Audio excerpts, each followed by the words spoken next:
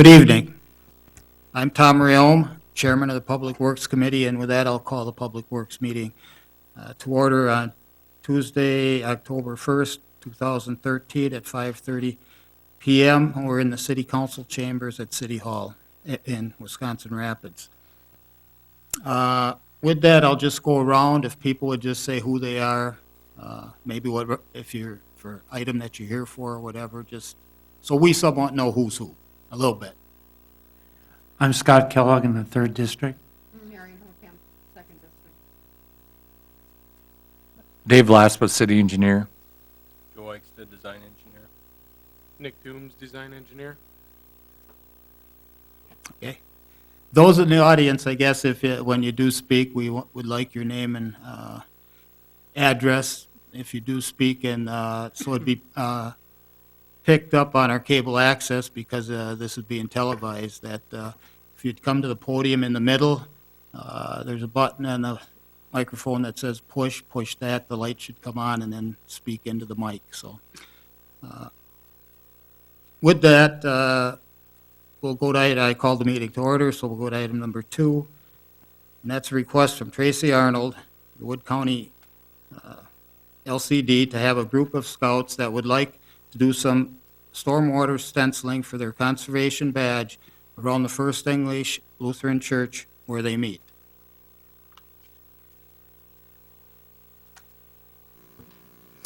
Tracy Arnold from Wood County Land Conservation.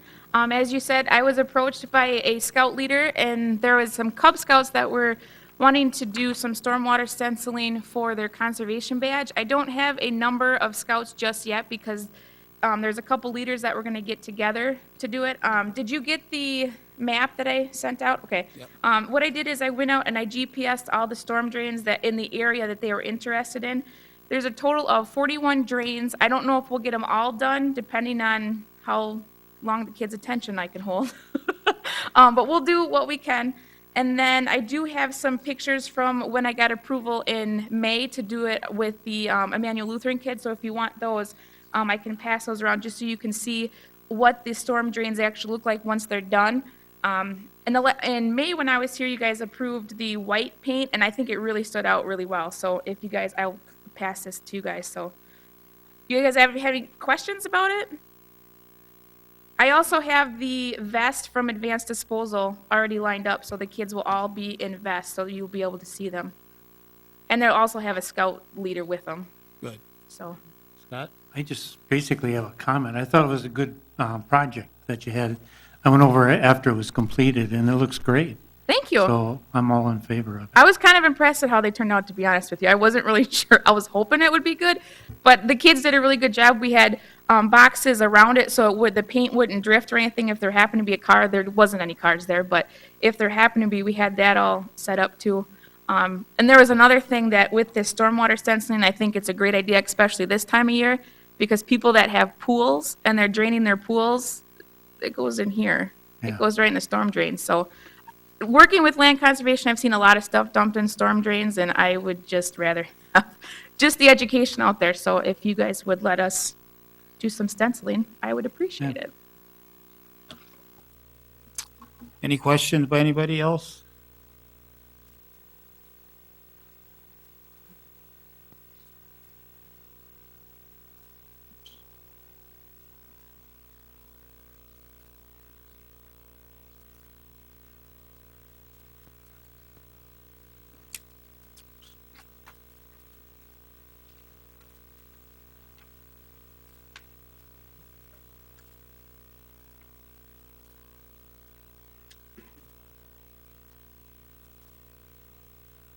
How long are they expected to last? Before they'd have to be redone? Any idea? I don't know. I use the marking spray paint, so as long as that lasts, Yeah.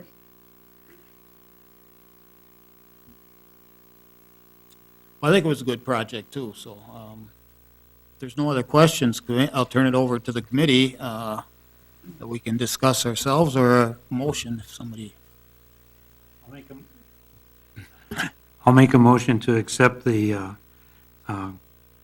groups of scouts to spray the stencil. I'll second that motion. We have a motion, a second, to approve the Stenchling request. If there's no further questions by the committee will vote. All those in favor respond by aye. Aye. Opposed? The ayes have it, so. There you go again. Thank you. Item number 3 is a request from Roger Mainsky, excuse me if how bad I might have butchered the name, 4137 George Road, representing the Vesper Snowdrifter Snowmobile Club request to reroute their number 26 snowmobile trail from the north side of State Highway 73 to 29th Avenue North, right away from Industrial Street to Engle Road, then on Engle Road, the right of way to the Cranberry Ditch. And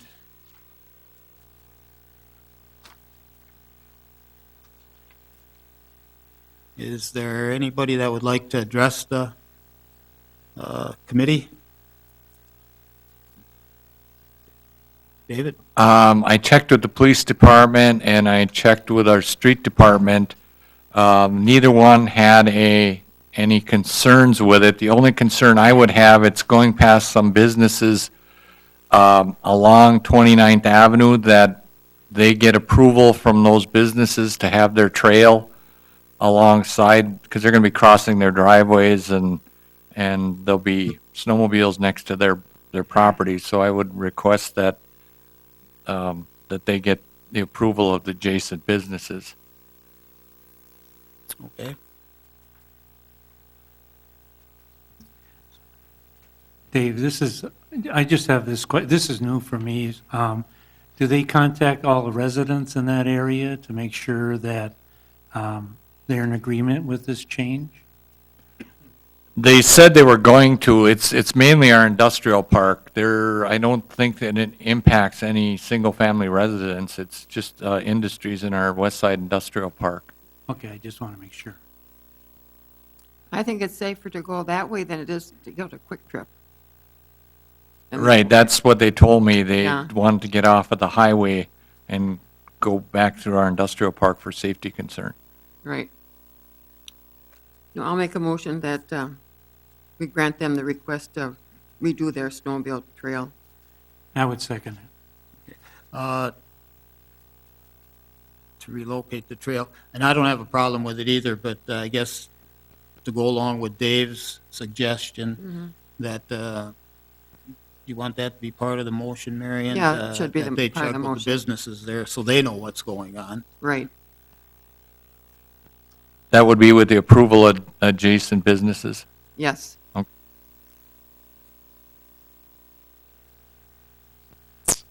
Any other discussion? Any further comments by the committee? Hearing none, we have a motion here. All those in favor of rerouting the request for rerouting the snowmobile trail here, respond by aye. Aye. Opposed, ayes have it.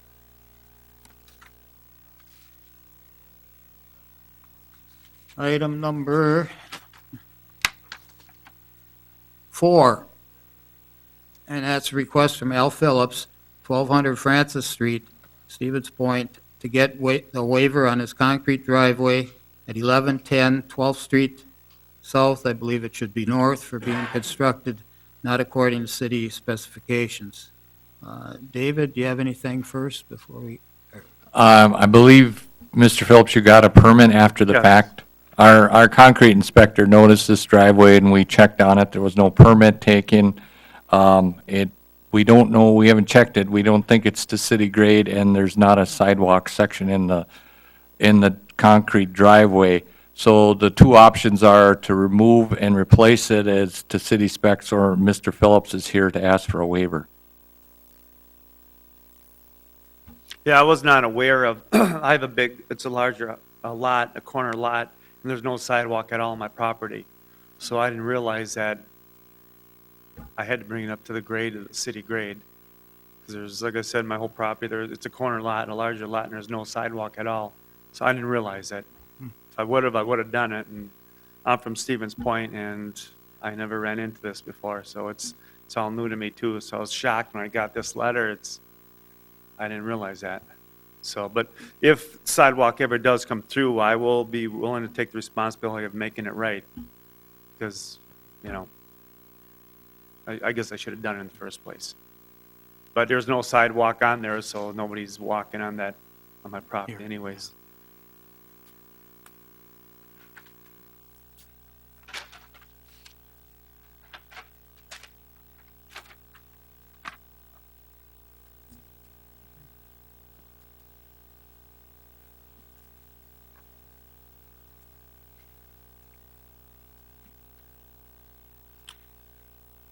Dave, when somebody goes into, you know, either an individual, I guess, or a contractor for a permit, are the rules, I guess, and regulations spelled out to them or given to them in writing and that? Yes, we have a handout that we give all licensed and bonded contractors and/or homeowners that are going to install their walk. In this case, like Mr. Phillips said, he didn't realize it, so he built it without coming to engineering.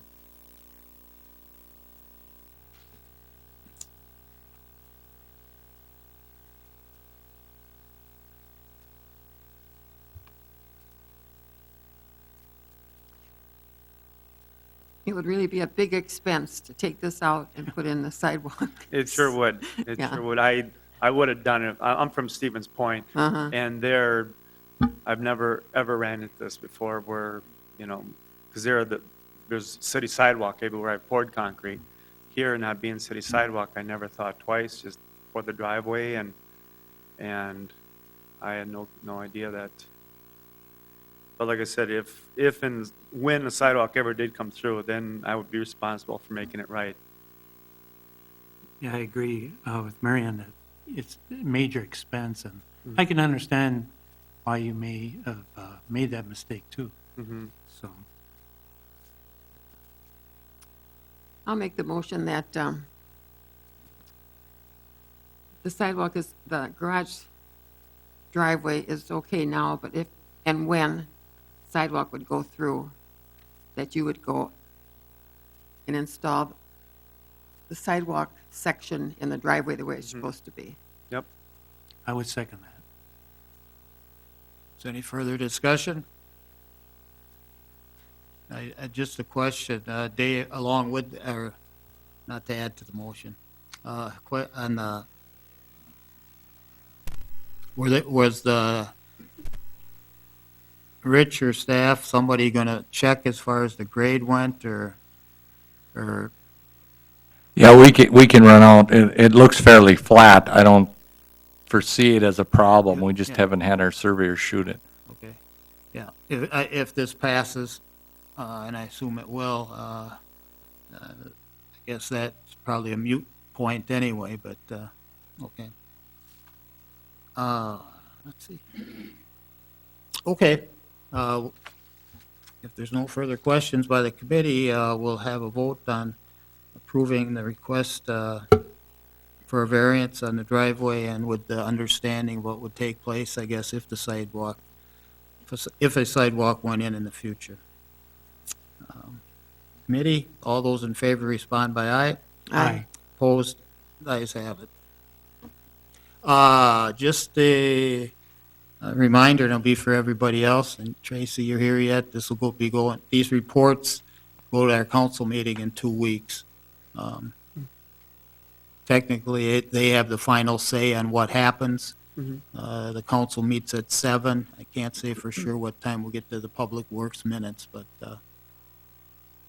usually it's not real long, but it does take a while to get through other things, so. Okay.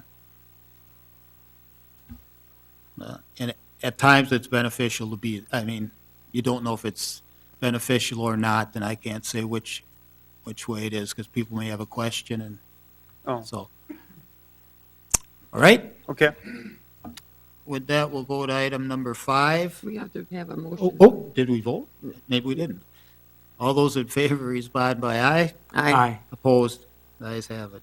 Thank you. I jumped ahead. Item number 5, request from Dave Ramsden of Ramsden Construction, 6640 State Highway 13 South, for a variance for a driveway constructed 39 feet wide at 4222 14th Place South, and to change the maximum driveway widths allowed for duplexes from 36 to 40 feet. Dave? Okay, when we got the request from our Planning and Economic Development Department to check out the driveway as part of the construction of the duplex, it was determined that it was 39 feet, and the ordinance at the present time only allows 36 foot of width for a duplex. So the options are either replace the driveway at 36 or come in and ask for a variance for 39 feet. And in this case, this is a residential subdivision, so it's on a local street. I guess, as I looked at what the request was, I look at it, it's really two requests, I think, and one is really asking for a variance to go to the 39 feet, and the other is to change our ordinance from 36 to 40. And I don't know that we really should probably do both tonight.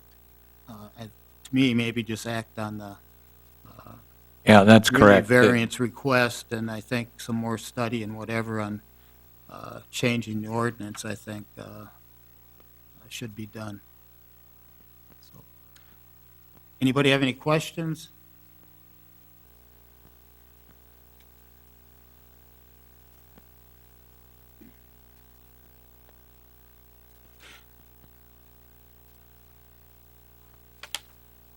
Dave, and again, yet I think we should have further investigation in that, but if somebody put in a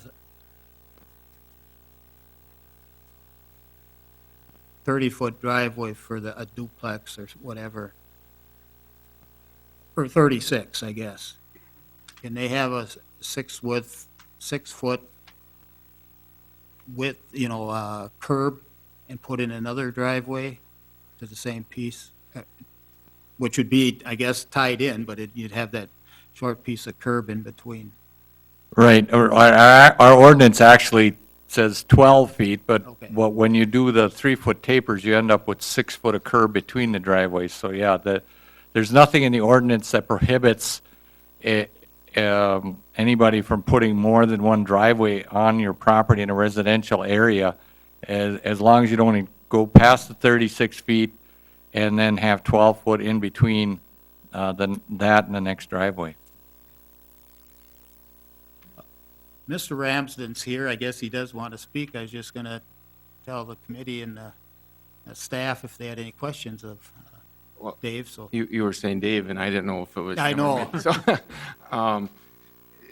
and really, pictures would have helped out here a lot. But and as mentioned to you, on this particular duplex, it gets to be a problem when we only have a 25-foot setback, and the garage is 40 foot.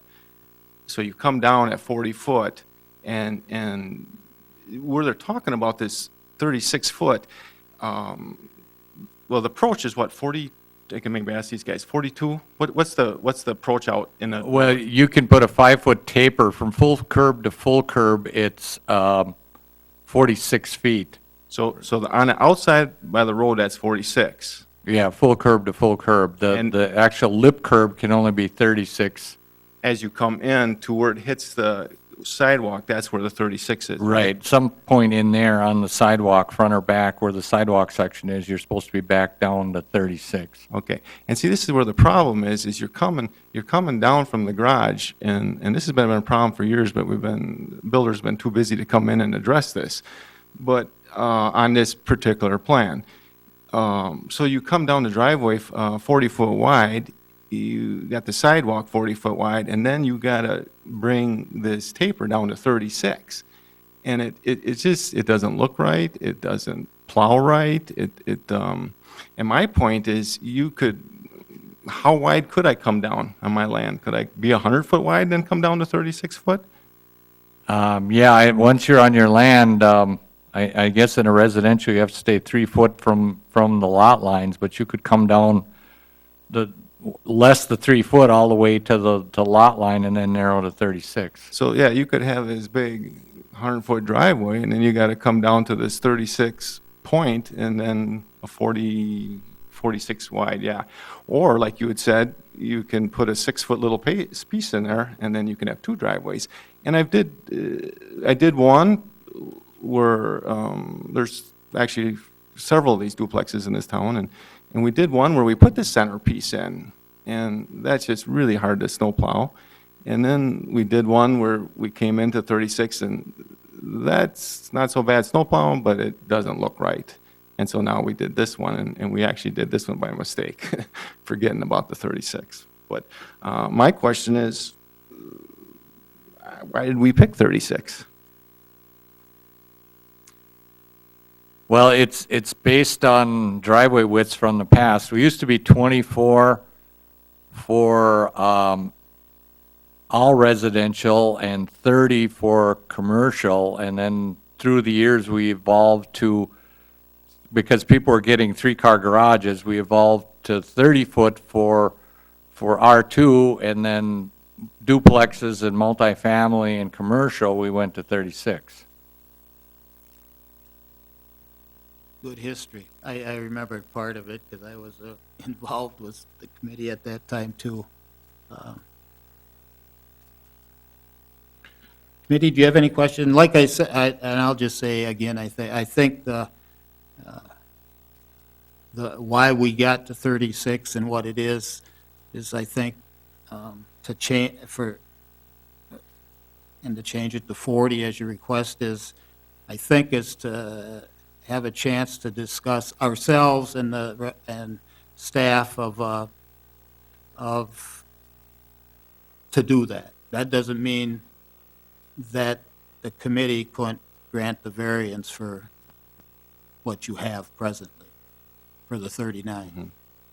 So, but to officially change the ordinance, I guess I'd rather look at that some more and to see if, and I hear everything you say, and, you know, but I'd just like to have. Yeah, time. pictures, which I should have brought in, would do a lot better deal here. But I guess I'm just asking tonight for my 39 one here, and yeah, I guess.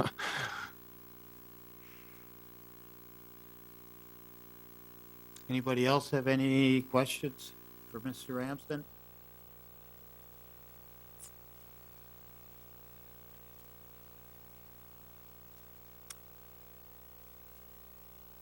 Again, I guess this is, would be an expensive situation to rectify, you know, by removing, but why I asked the question, I guess, in the last item is as far as people who come in and that, of them being made aware of what our ordinances are, and that may be worth a part of a discussion ourselves too, to have Dave and whoever maybe to be on public access with to do a program on you know what our ordinance are, and you know who's licensed contractors and that type of stuff. So.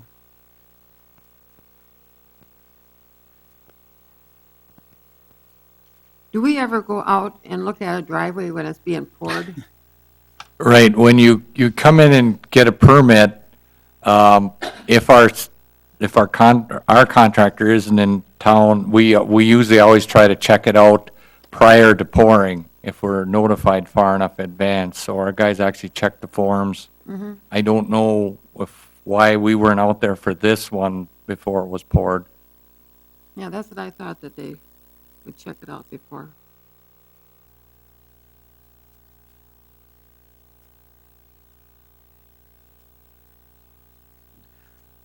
When they accept a permit, doesn't it state 36 or 39 or whatever it would be? Right, our handout, and I guess this was done by a licensed contractor, he should know it should be only 36. Apparently, he made a mistake, because that's been the width for duplexes in the city for some time.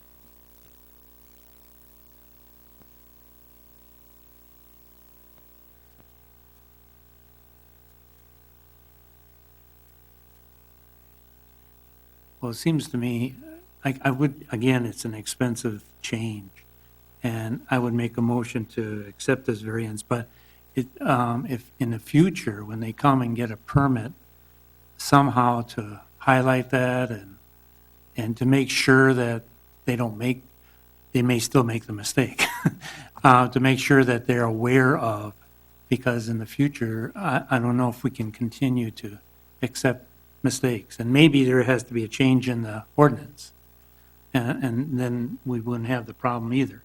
But it's the idea that it's a responsibility of the person picking up the permit to make sure they understand it. And if we could make an effort, and I'm sure we do, but somehow highlight, make it that they understand the dimensions, I think I feel more comfortable with that. Okay. That was a motion? So I'll make a motion to accept this variance that's identified here, to being 39 feet wide. 39. I'll second the motion. We have a motion and a second to grant the variance to 39 feet for the driveway in this instance. If there's no further discussion, committee will vote. All those in favor respond by aye. Aye. Opposed, the ayes have it. And again, that'll be at our council meeting in 2 weeks. Another thing, I think the city, we should be inspecting these too before they're poured, so. And I guess with that, and that's right, we can say what Yeah. we've said tonight, but I think also that if we would get together to look at if we want to change Right, the width or whatever, that these things, we can go over again too. The second part of the request, is that, I think we just acted on the variance part Yeah. and the ordinance is left. okay, you didn't act on the second part, just the first part, okay. Our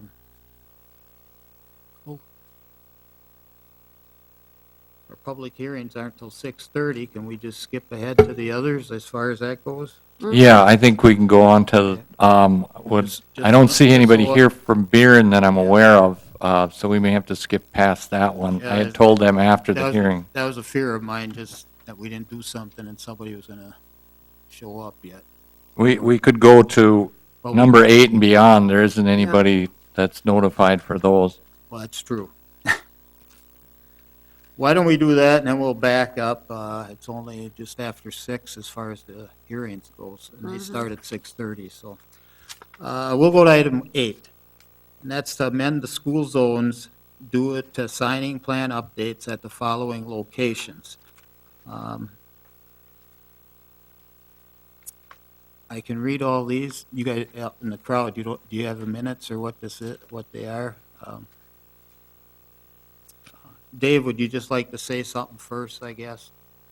Okay, this is our ongoing program because the city has to replace our regulatory signs by June of 2014, according to federal regulations. So as part of that program, we're trying to eliminate unneeded signs, and also the Department of Transportation has come out with a recommended signage for school zones around schools. So we are making our school zones more uniform. In this case, these are around Assumption and around St. Paul Lutheran School and around Mead School.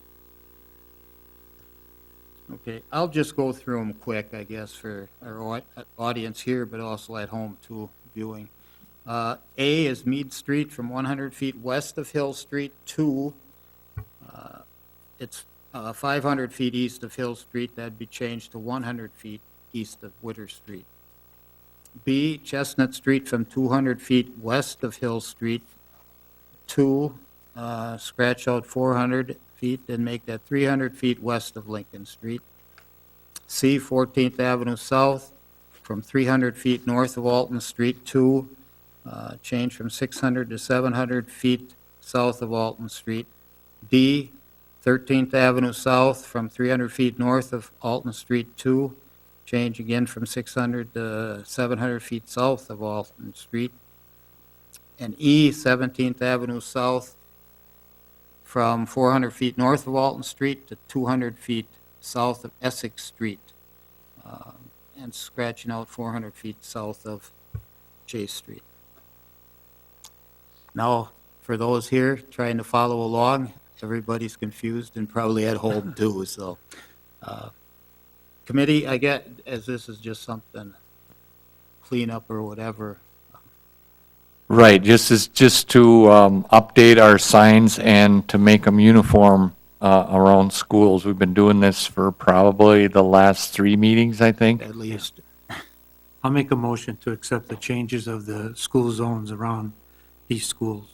Second, And any further discussion by anybody? If not, committee will vote. All those in favor respond by aye. aye. Opposed, the ayes have it. David? Oops. Larry Koopman is here for beer, and so if we wanted to go back to that item. Okay. Why don't we just take care of 9 if we could quick, because that's a short one, and then we'll go back to that. 9 is new school zones and crossing due to signing plan updates at the following locations. A, Lincoln Street between 100 feet south of Witter Street to 100 feet north of Birch Street. Dave, anything again? That one has been in, but there was no ordinance written, so we really don't amend it. We're just going to adopt the new ordinance to where the signs end up. These have been put in from, I don't know the exact year, so some of these don't get put into ordinances when we check on them. I'll make the motion. I'll second it. There's no further discussion. Committee will vote. All those in favor respond by aye. Aye. Aye. No, opposed, ayes have that. With that, let's back up to number 7. And that's to review a request from the Village of Buren to obtain approval from the City of Wisconsin Rapids to install a 12-inch gravity flow sewer in the 48th Street right-of-way from the Canadian National Railroad south to Commerce Drive. Dave? Okay, I guess this has been in the works when Mike Weiler was here. He's been retired now for 3 years, so we think it's about 6 years ago, the discussions, and then there was an update about a year ago. So I guess now Buren's ready to move, but it's only been on the staff level up to now. And in conjunction with this, we need to work with Buren on our wastewater agreement. The city treats Buren's waste, and these flows will probably change that agreement. So we're asking, at least staff-wise, we're just asking for you to be updated by Mr. Koopman and hold off on any decision until we get a chance to work on our wastewater agreement with Buren.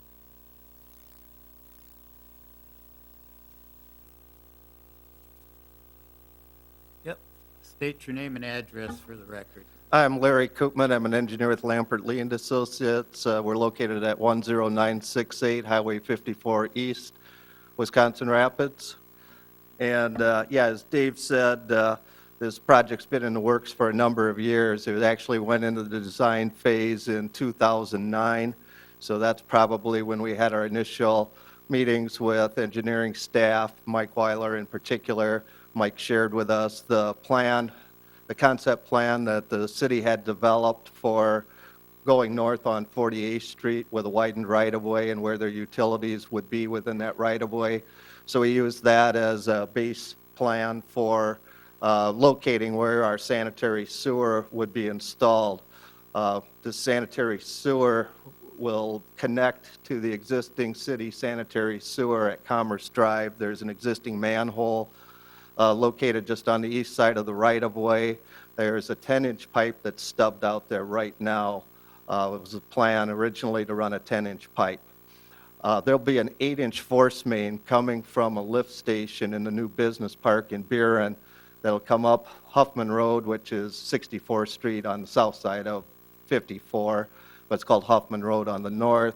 It'll then travel along the north side of the Highway 54 right-of-way and cross the highway at 48th Street and run down the east ditch line to just the north side of the Canadian National Railroad tracks there. At that point, it'll discharge into a new gravity sewer, which will be a 12-inch line. We upsized the line because the flow from the lift station will be about 425 gallons per minute, and that was going to use up most of the capacity in a 10-inch line. And that line ultimately will serve properties in the city of Wisconsin Rapids, some that are in there right now, some that are maybe still in the town that abut the right-of-way. So we upsized that to provide additional capacity for future connections. There's about 1,047 feet of that 12-inch sanitary sewer that will convey the flow from the Buren project to the existing interceptor sewer, but that sewer will also be available for future connections by the city. The metering manhole, going back, so the gravity sewer will start on the north side of the railroad tracks. There'll be a jack and bore casing crossing underneath the railroad tracks, and there'll be another manhole on the south side of the tracks, and then just downstream of that, there'll be a metering manhole. So that's where the flow coming from the business park and other future developments that are in the planning stages in the village of Buren will be measured.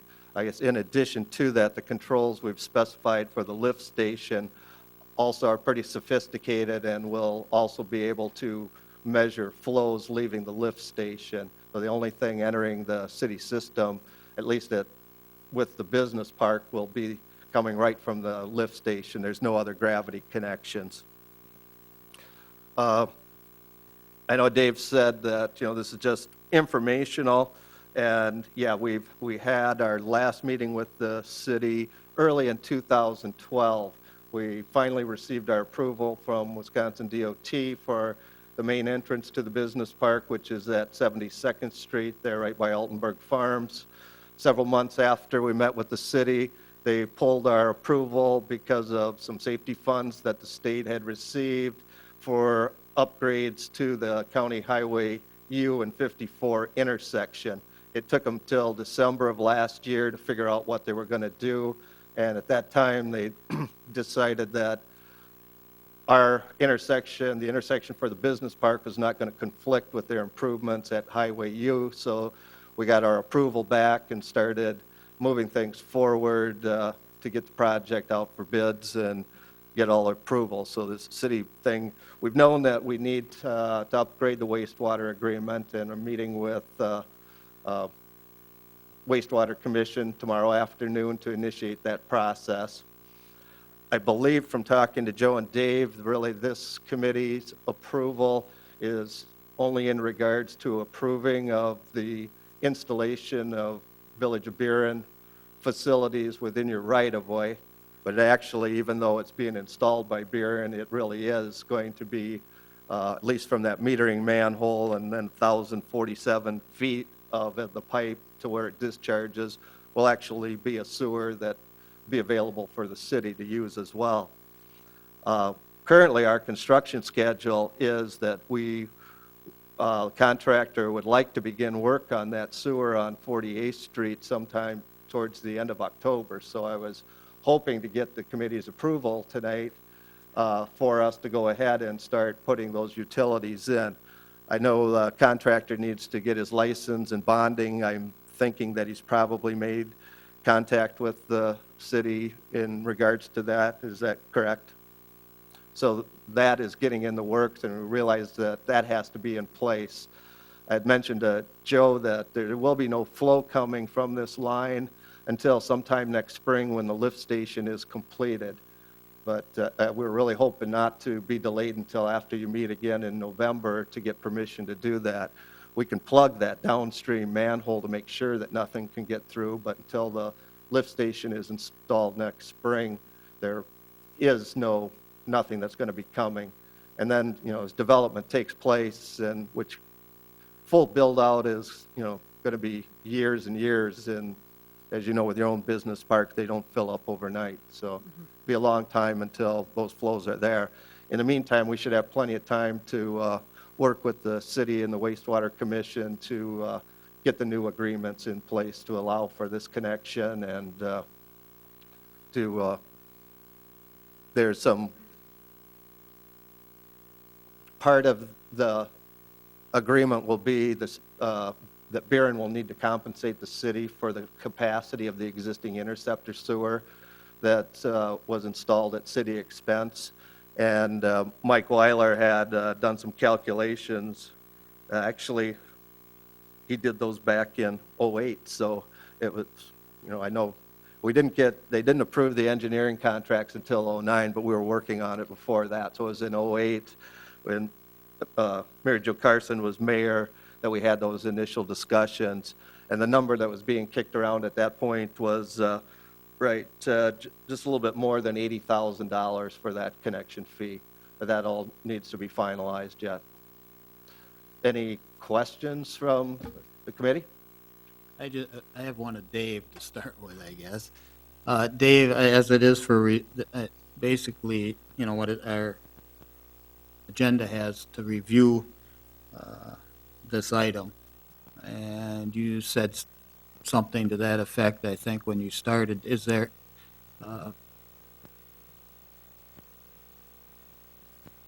anything, I guess, maybe from wastewater that we should wait till after the commission meets, or the council doesn't meet for 2 more weeks, so I'm just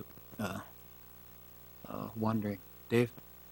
I don't know, I'm on the wastewater commission, I can't speak for the other members, but I don't think they're aware of what's going on, and we haven't met as a staff to go over, we've done some preliminary stuff, but since Mike worked on it, we haven't done anything. In the meetings tomorrow, I think theirs is going to be informational.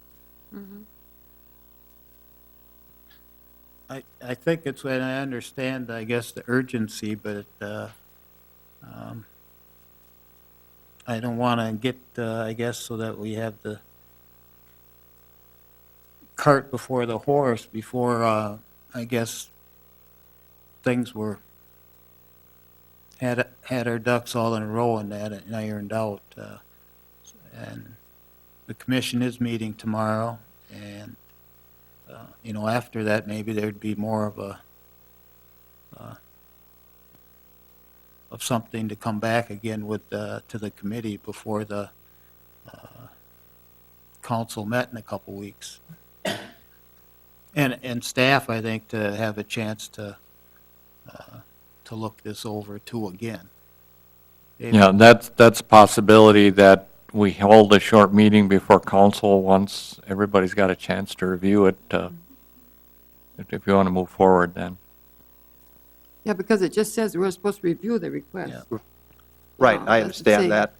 So, no, if that would work out in a couple of weeks, Yeah. and that'll give Yeah. wastewater Let- commission time yeah. to get If it- input, that would be great. Yeah, if that's Mm-hmm. okay, and I guess we see what happens during that period of time, if there, if there's whatever, I'm not saying there will be, but if there'd be something that would put it off for a little bit, I'm not saying 6 months, but if there's questions to get resolved that are issues that if we get it done before the next council meeting, that's great.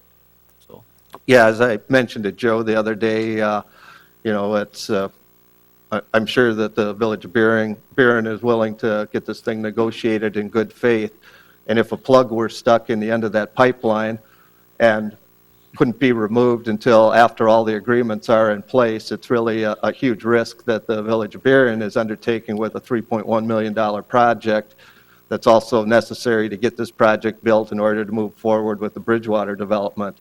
So, you know, there's some incentive on their part to get this worked out. And, you know, I think given the time between now and next spring that we have and it'll probably actually be later next summer before any development would be ready to actually connect. So the only thing that would happen prior to that was pump some water just to test out the lift station. So, you know, I guess that's what I'm hoping for. I know it's going to take some time to get the agreement updated. It's a pretty involved document, but given the timeframes we have, it shouldn't be a problem getting that all worked out before next spring. So again, if we can meet again and when it gets properly noticed that you might take action on this and just give us permission to do it, but it's at our own risk and we'll have to put a plug in the end of the line until all of the other agreements are worked out. That'd be fine on our part, I think.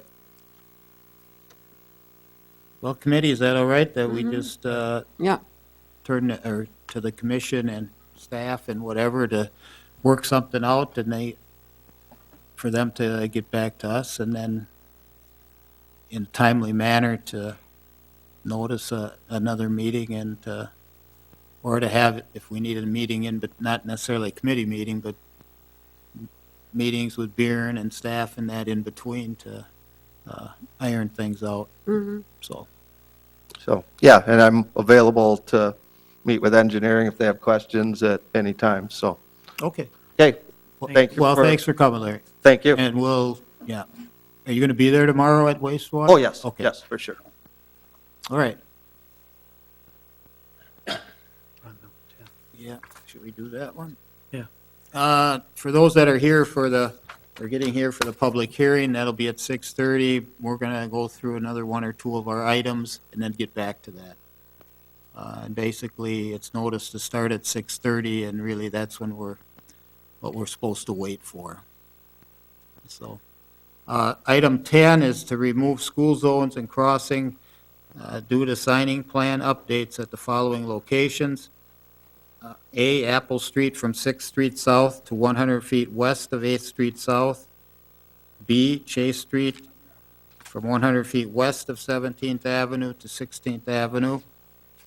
And C, Hale Street from 200 feet west of 17th Avenue South to 17th Avenue South.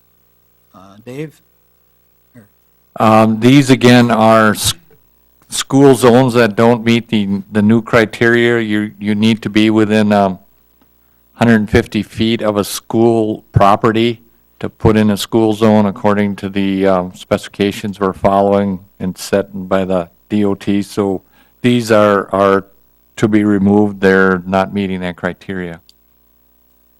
I'll make the motion to remove the school zones crossing signs. I'll second it.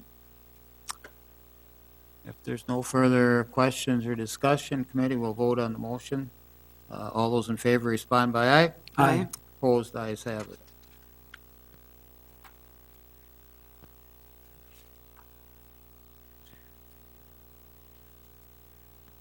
Who's all going to be present for 12, Dave, do you know? Or, yeah, 11, I mean. 11 and 12, there won't be anybody present. That's just a grant award from the DOT. Want to try that one? Yeah, We'll start with it. If we don't get done with it, we'll pick it up after the public hearing. Item 11, that's a review and consider recommending approval of a state municipal agreement for a highway safety improvement program project to relocate the left turn lanes at 8th Street and East Grand Avenue and change the intersection into a traffic-actuated traffic signal system. The estimated cost of the project is $495,924, with a 10% local share in the amount of $49,592. Dave, if you want to get us started here. Okay, we've been working on 8th Street between East Grand Avenue and the next one would be Chestnut for some time. We looked at what they call a road diet, turning the 4 lanes into 3 lanes. This came about because in 2009, the Wisconsin Highway Safety Program, they call it a 5% report of local roads. They had a number of accidents at these 2 intersections that prompted a study by a consultant that brought them to our attention. Like I said, we looked at what we call a road diet, where you have, you change 4 through lanes into 2 through lanes with an alternating left turn lane. I guess we met with businesses, and that wasn't very palatable with them, so we took a look at just an intersection improvement. And in this case, we'd reconstruct A Street and at East Grand so that we would move the left turn lanes so that the cars would face each other instead of being offset, so they would have better visibility on their left turns and cut down on the left turn accidents and the severity of the accident. So we've been awarded a highway safety grant. The estimated cost is $495, or roughly $496,000, which 90% is covered by the safety grant to rebuild the intersection, and then the local share would be approximately $50,000. So that's about where we're at right now, and then we've got the grant award. In your packets, there's showing how the existing intersection looks and how the proposed would look.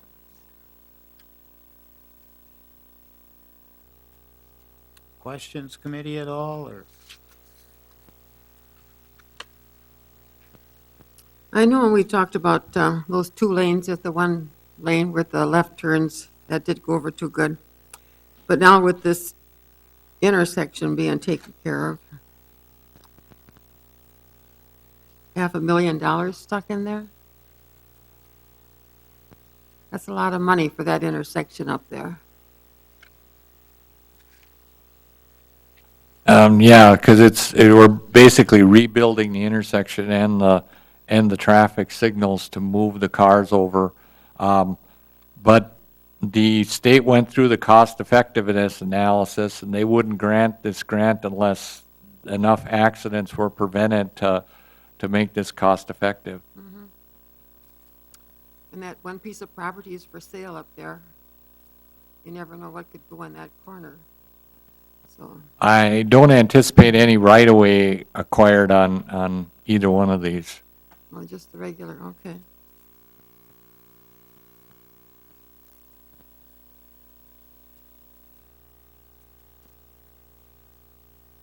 Well, our next item deals with another intersection down on Chestnut and 8th. Not quite as expensive, but still a lot of money, too. Definitely. I would have rather see they put that money in that bypass that we were talking about instead this intersections.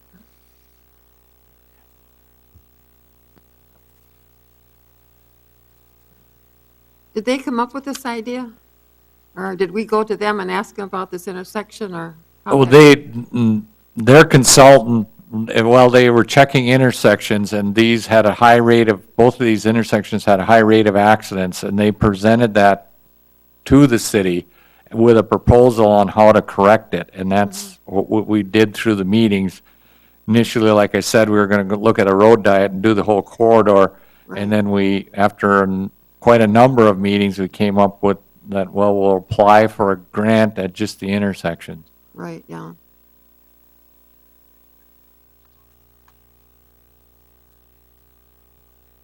When would this be, Dave, if it proceeded? Well, we would probably, in 2014, we would start the engineering. We'd have to work with a consultant, and I believe about 2016, 2017 would be at the actual construction. It takes a while, as there's federal funds involved, and we need to go through the state bidding system, so we have to do all the environmental requirements and the historical requirements, so there's quite a long lead time between the start of the project and construction. at some point in time, could we just decide not to, who's ever on the council? I mean, not at the very end, I guess, because there'd probably be a penalty, but a year from now, or? Well, as long as no funds are expended, you can always, what they do is if you stop a project when funds have been expended, then they want them paid back. Right.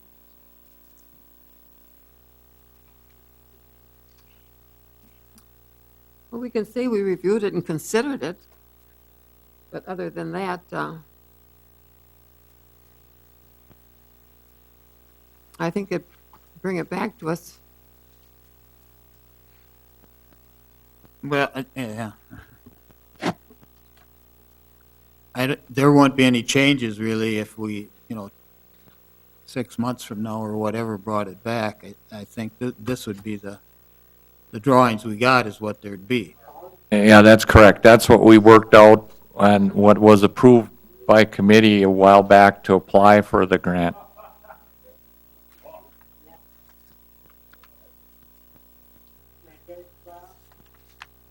Okay, being that we're at 6:30 or within a few seconds, committee will, and staff will come back to what items we have left, but, with that, we'll go to our item 6, which I assume is why everybody's here, or just about everybody is here for, so. We'll just go over, well, Dave, do you want to go over the, I guess, the what is?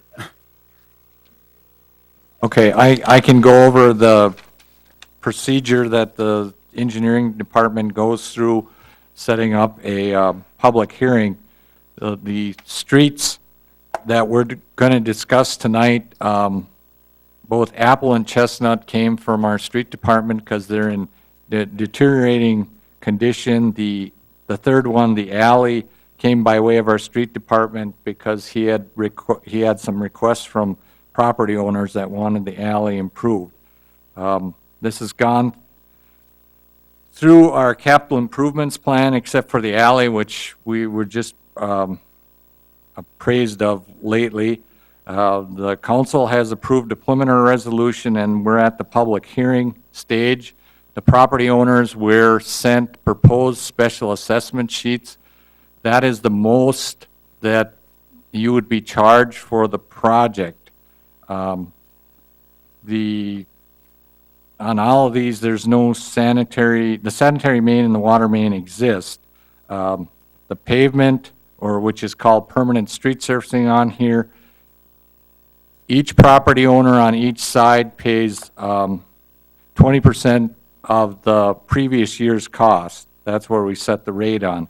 The curb and gutter, for existing curb and gutter, the property owner pays for 2/3 of the cost of the curb and gutter that's deemed defective by our inspector, and a new curb and gutter, the property owner pays 2/3 of the cost. Sidewalk, there's no new sidewalk proposed on these hearings.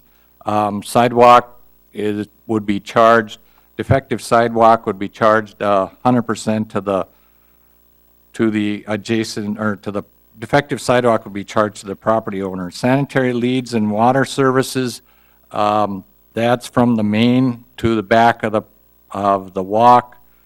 And if those are they're listed in the hearing, if they're in good shape, they won't be replaced, and there wouldn't be a charge. So basically, you're not charged for anything that the city doesn't do, and the special assessment sheets are the most that you would be charged. By committee policy, we have inflated the previous year's costs by 20%, so the public hearing is good for a number of years. All three of these projects probably couldn't possibly done in 2015. The payment plan right now with the city is there's 3 payment plans. You can pay all at once, any time you get on a payment plan, you can pay it off with no penalty. We have a 5-year payment plan for costs over $200 and a 10-year payment plan for costs over $300. You pay it in 10 equal payments with your taxes, and the interest is 3.25%. So that's basically what we deal with special assessments in a public hearing. Right. Joe, do you have anything before we get going? Just once we get to each project. Yeah, I can do okay. A quick Yeah. summary. All right, with that, there's 3 separate items. We're going to take one at a time.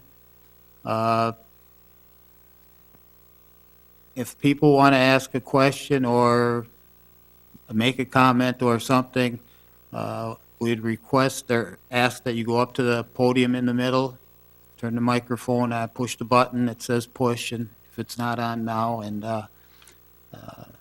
speak into the mic. You don't have to get right next to it, but this is being on our cable access out into the community, so that's the reason to have the mic, is to pick it up for the TV. So with that, as I said, there's 3 items. We're going to start with A, and that's the alley between Mead Street, 3rd Street South, Elm Street, and Sherman Street. Joe? So as Dave had mentioned, this project was brought to the city at a property owner request. Is your mic on? Yes, it is. Okay. So this project, as David has mentioned, was brought to the city based upon a property owner request, primarily due to deteriorated asphalt pavement and stormwater drainage issues. As you walked in today, there is a project summary, so if you haven't grabbed one of those, if there's any left, you can still grab one. Kind of just goes through the where the project's located, the cost of the project, just some history and details about that street. We don't know, at least from our records in engineering, when the asphalt street was constructed.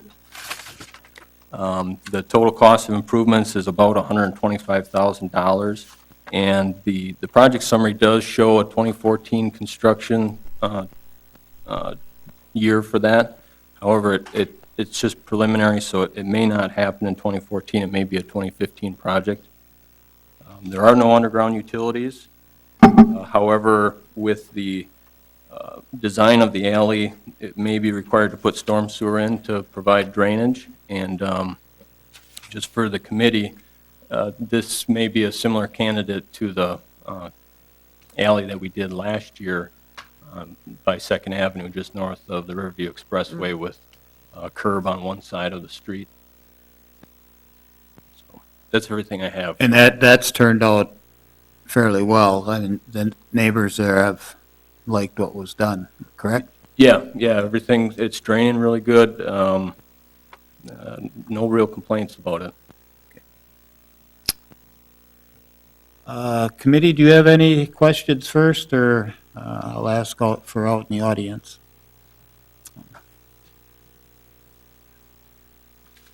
No, I'm Scott Kellogg.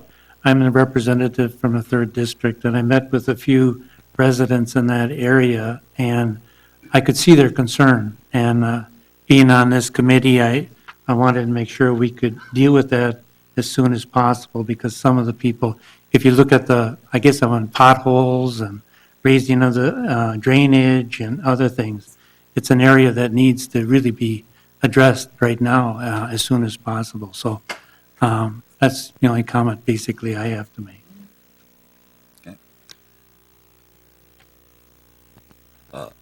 Any direct questions of staff? Otherwise, what I'll get into is I'll be calling 3 times for anybody that'd be against the project, and then 3 times for those in favor of a project.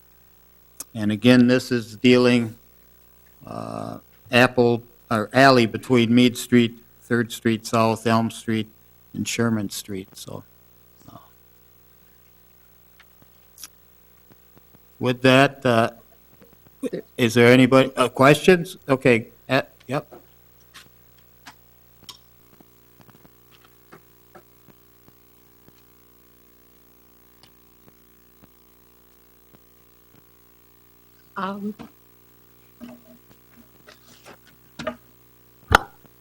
I guess you can hear me. Yep. I live on 4th Street South, and I'm wondering how the cost to each property is determined. What is that based on? The number of feet that the property is adjacent to the alley? How do you determine the cost for each home? Okay, in this case, it's kind of unusual because it's an alley.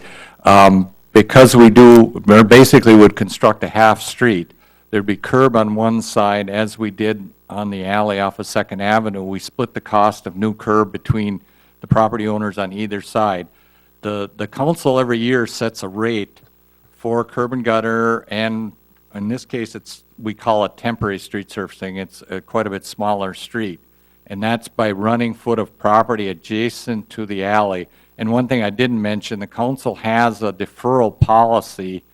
If you do not use the alley and you provide the city with your access rights to the alley, your special assessments are deferred until you want to put a driveway onto the alley. Then you'd have to buy them back.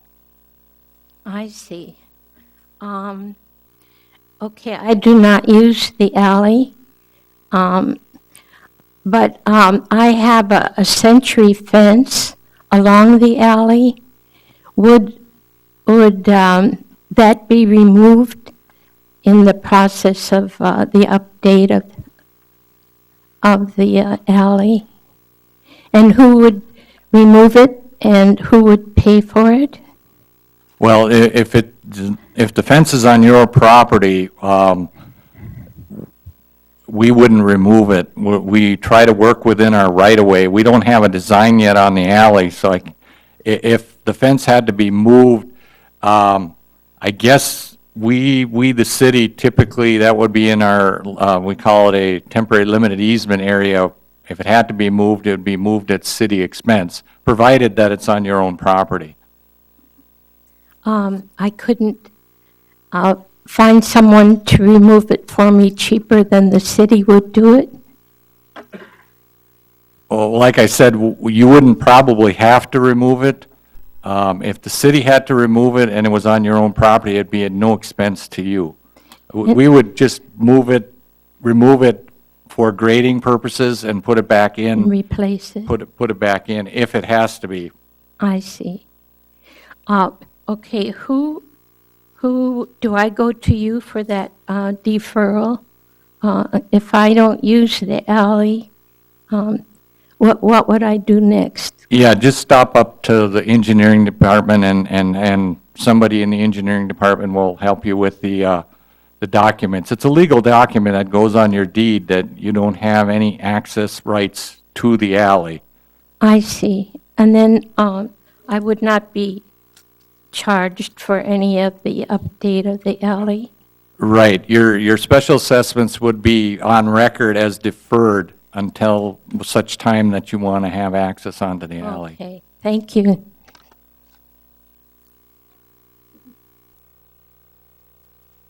Anybody else with a question? Yes, sir.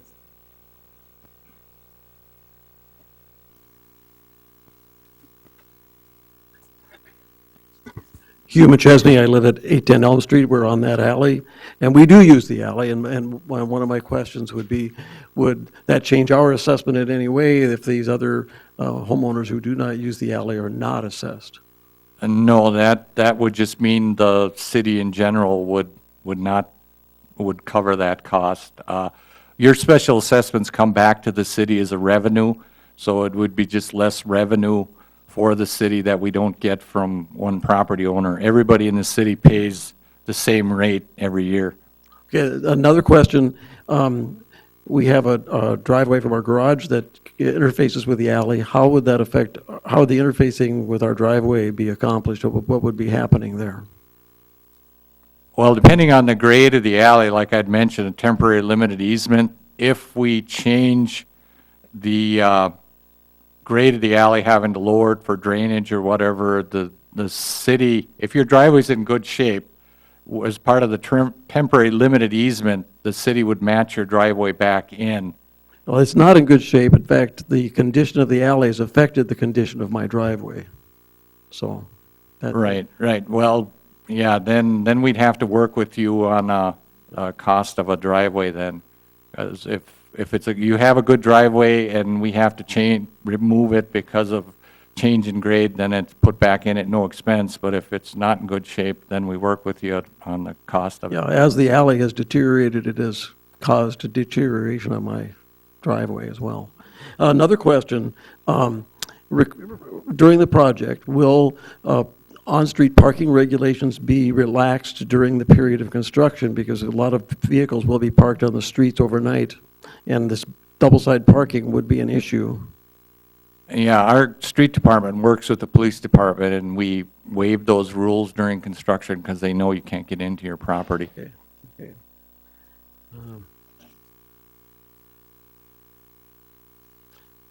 That's all my questions for now. Thank you. Thank you. Yes, sir.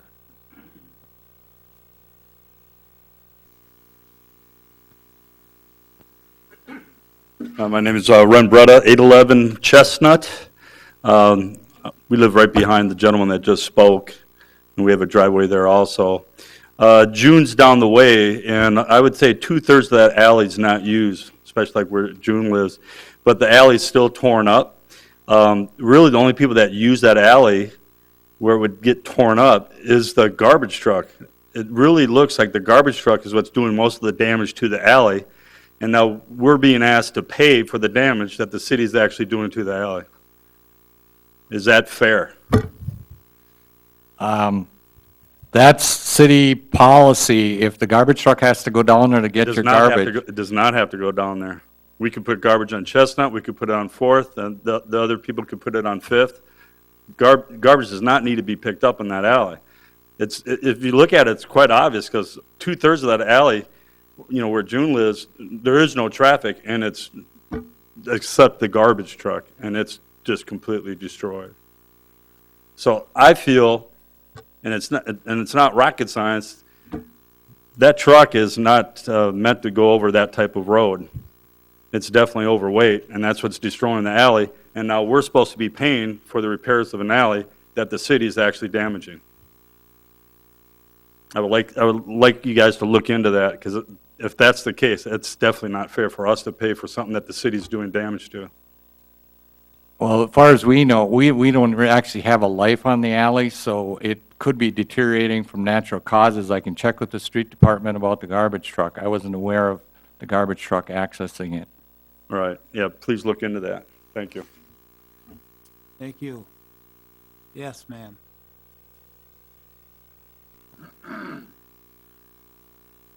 Hi, Natalia Brown, 811 4th Street South, actually, is where I live. The way this was even brought to my attention was last spring, the city came to me wondering, I have a tree there. It's a big tree that's kind of going out into the road, and they said that the garbage truck was having trouble getting around it.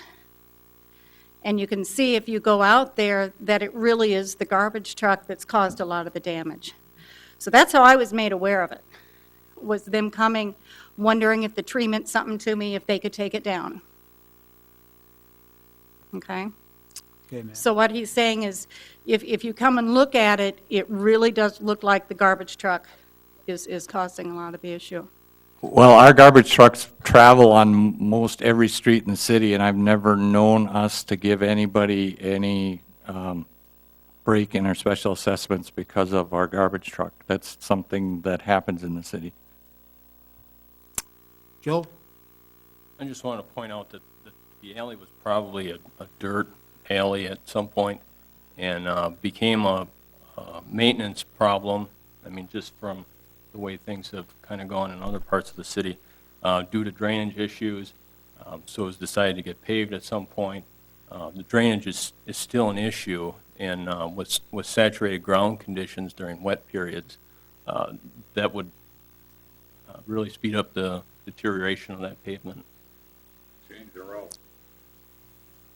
Okay, with that,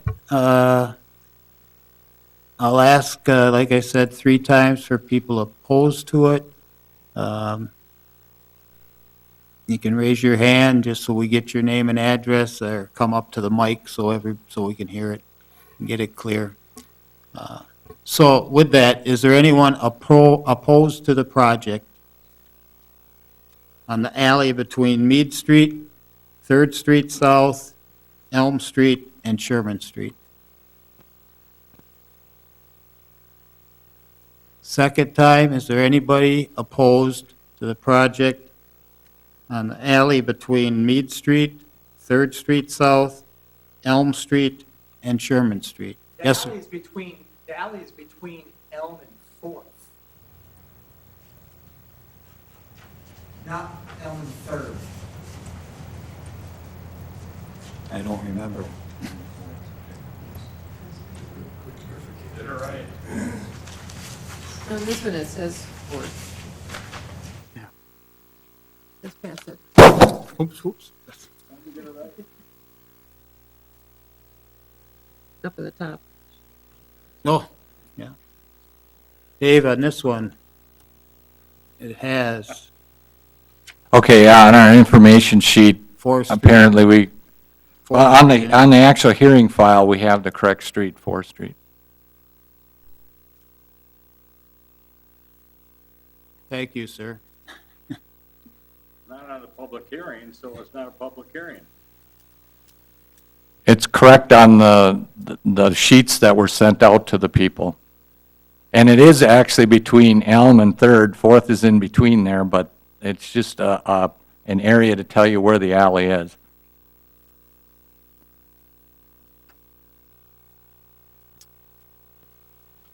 The third time, is there anyone present for the proposed project on the alley between Mead Street, 4th Street South, Elm Street, and Sherman Street?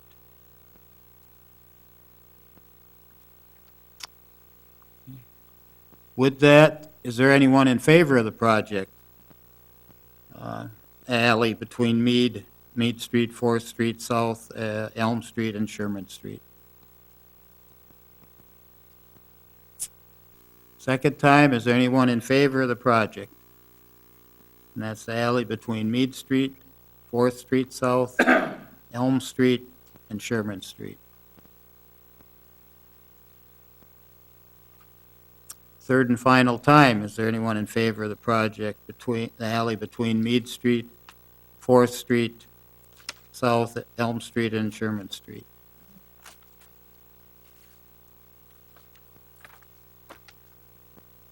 Okay. You have one question, ma'am?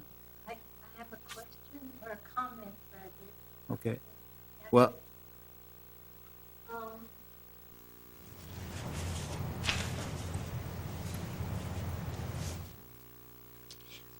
I just wanted to comment on that tree. It's a beautiful tree. It's a maple. It's huge. I'm one of those people that cry when a tree is chopped down. This tree is right on the alley, and I don't know how big around it is, but it's got to be 100 years old. And do we really need to remove that tree to update the alley? That's my question. Dave? Well, what I remember of the tree, I thought it was a soft maple, and those trees have a short life. Typically, we don't change our streets or our grades for trees because they're a renewable resource. We'll redo the street and replant a tree if it needs to be. Okay. With that, I'll close this portion of the public hearing and turn it over to the committee. Comments or questions, committee of staff? Well, basically, I appreciate the comment that was made about the garbage trucks going down the alley. I think it makes sense of what you're saying. I live on Elm Street, 511 Elm Street, and we put our garbage out front. It seems to me what we may want to consider in talking to the residents and so forth, that you may, even once this is completed, want to, I don't know if you're interested, but put the garbage in front, and maybe that could be picked up there so that the alley will continue to be in good shape after. So it's something that in the future, we may want to discuss that in the neighborhood and see if we could, that way we won't have damage hopefully in the future. So I think your comments are well taken.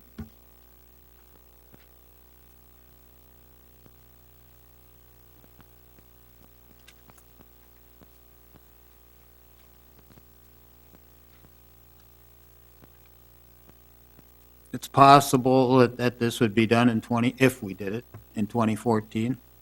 That was our initial check. We're working on the budget right now, so we had proposed it without really going through the budget. I'm not sure if it's going to survive the budget process. If it doesn't, it would be proposed again as a 2015 project if this is approved by council.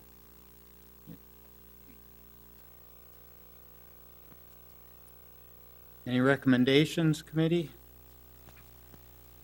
This is I'll make a motion to accept this proposal. In talking to the neighbors, initially, they were told in 2015 that possibly it would be done, but they're concerned to have it as soon as possible because it is a hazard, and hopefully the Common Council will pass it for next summer. I'll second that. Dave? Just, that would include a final resolution. Okay. Yep.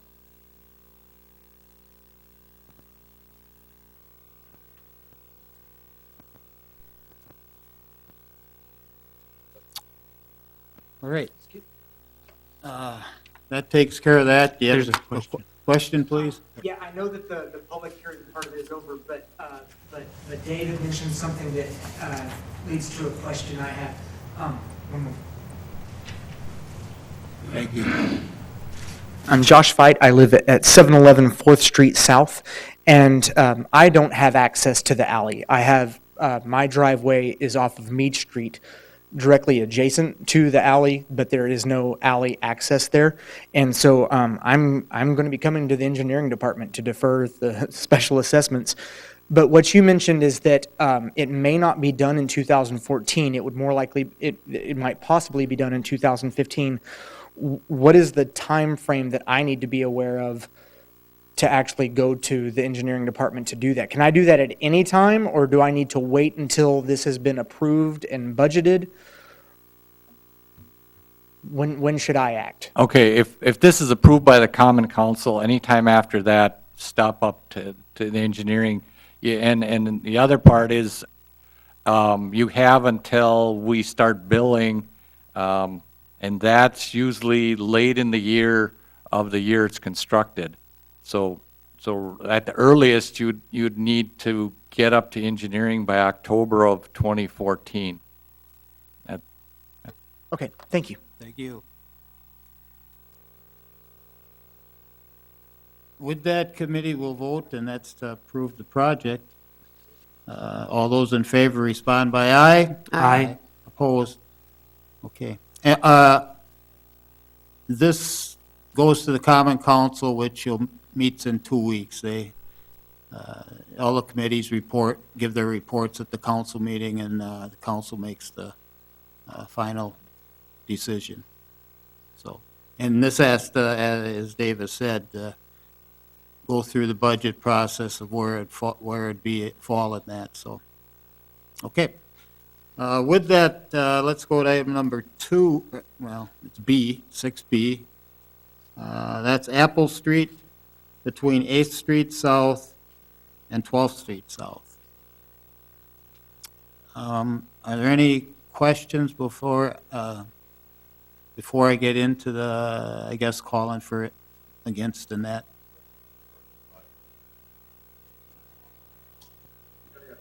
Oh, yes, sir. Yep, Apple Street between 8th and 12th. Tom, would you like me to? I'm Dick Redenzel. I represent Wierzinski Motors. We own property along Apple Street. I guess I'm not real familiar with the system here, but I guess a couple of questions I got is, it's a special assessment. If you didn't invoke this, would the city normally pay for that? Anytime we reconstruct a street, we charge special assessments, Always. always. Okay.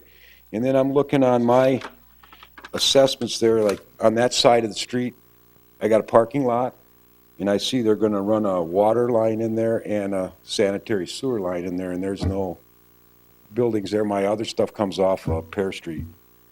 Right, if, this is what, we try to put everything on for the public hearing. If you don't need the leads, you just tell us, you don't get charged for them. It's just, we put them on in case you want to develop in the future. If you're not going to need them, you can just sign off with us and we won't put them in.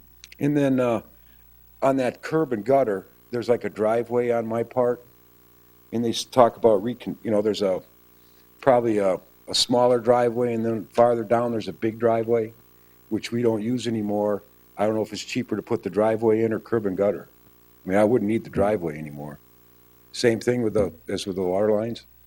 Well, the curb and gutter, if curb and gutter exists, the only curb and gutter you pay for is the stuff that was deemed defective, even though the city will probably end up replacing, maybe not in the first block between 8th and 9th. We looked at it, it looked fairly new, but if the city replaces all the curb and all your curb is good, you won't be charged. What's deemed defective is on your special assessment sheet.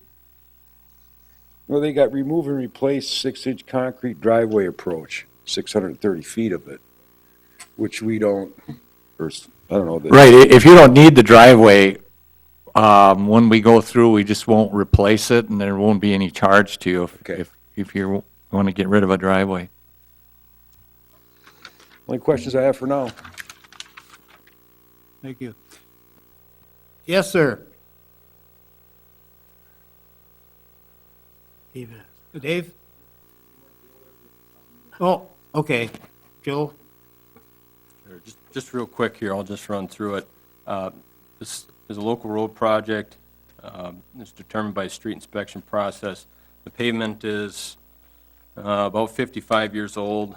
There's sections of curb and gutter that may be older than that. It's a cold mix asphalt pavement.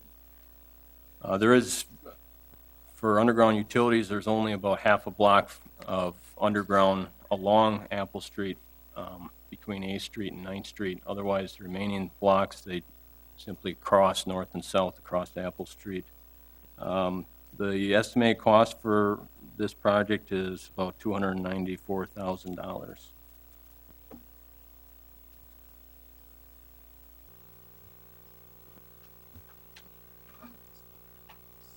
Question? Okay, Neil Francis, 441 11th Street South, right on the corner of 11th and Apple. Driveway access is on Apple. Will there be a problem getting in and out of the driveways with our vehicles? When they're constructing? Yes. That'll have to be arranged between, I guess, staff, the police department, whatever. Are we looking at? Of how long you'd be able to use it, you may have to park on the 11th or whatever to make Okay. arrangements for the time that you couldn't get into in your. Right. All right. Yeah, see, I got a scooter, electric scooter I use because I'm disabled. And just wonder if I'd be able to use that, if it's a dirt road, or are we gonna have 6-foot ditches for sewers? No, I don't believe there's no utilities in Apple. It's just a straight street reconstruction, and we'll work with you to make sure you have access. Our foreman, who's on the project, we'll be getting a letter with his number, and we'll make sure you can get in and out of your house. Okay. My driveway is a single wide driveway, but my personal driveway is 2 cars. The city side is 1 car. Is it possible I can get that city side widened? I know I pay extra for it. That's not a problem. Yeah, we'd have to take a look at the driveway. You can go up to 30 feet in a residential area, provided that you're 3 foot from the lot line and not in the curb radius. Okay. Now, how do I get that started for someone to come out and look at it? Well, we'll take a note here and put it in our file, but once we get near construction, you need to give us a call again and remind us. You'll be getting a letter with I'm Dave Laspa, the city engineer, with my name and number on there. You can just call me and remind me about it. Because like I said, some of these projects may not be until 2015, and we have a lot of details we go through, so sometimes we don't remember them all. Okay. And payment, who do we talk to about making payments? Well, that is pretty much automatic if you want to get on the 10-year plan. We'll send out a form Okay. that will tell you how you'll be paying. It's fairly simple. If you get on the 10-year plan, it's just added onto your taxes. It's 10 equal payments with the present rate is 3.25% on the unpaid balance, and you're allowed to pay it off at any time without any penalties. Okay, that's all I have. Thank you. Thank you. Anybody else with a question for the project? Okay. Proposed project.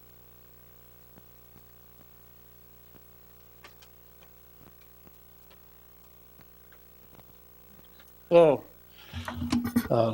Tim Blockice, 510 11th Street South. Couple quick questions here. You had just said that you didn't think there was any utilities on Apple. Yeah, the main line piping, there's only a small section. There's stuff that crosses at the Okay. intersection. All right, so that would be the sanitary and storm laterals? They tip the sanitary, storm, and water main all cross north and south. I'm not sure which. Okay. which Well, I'm in the streets corner of you're- 11th and Apple. 11th and Apple, okay. So, all right. Just a quick question on the proposed assessment that you had sent out. With the permanent street surface mix, hot mix, the total that was given, is that what would be assumed by me as a homeowner, or is it the 66.6%?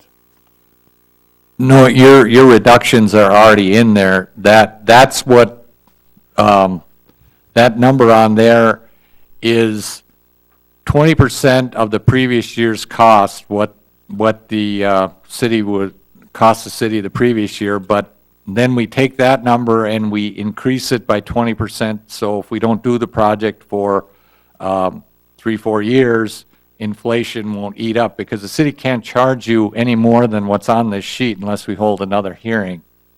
So that's, if we did it, say like next year, it'd probably be about 80% unless we get a big increase in our asphalt costs. Okay, one more question about that too. With the asphalt costs and stuff like that, is the city contracted out with one company, or do you take bids from other companies each year? How do you get that? By state law, it's a public works project. We have to request public bids. Unfortunately, we only had one asphalt contractor bid last year. We used to be able to get a competitive bid from Wood County Highway, but state law won't allow that for our side of city. So unfortunately, we only have one asphalt contractor that has bid on our projects. Thank you.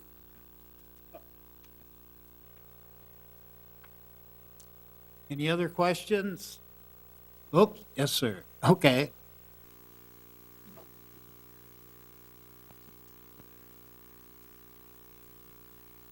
Yeah, I got a couple more questions.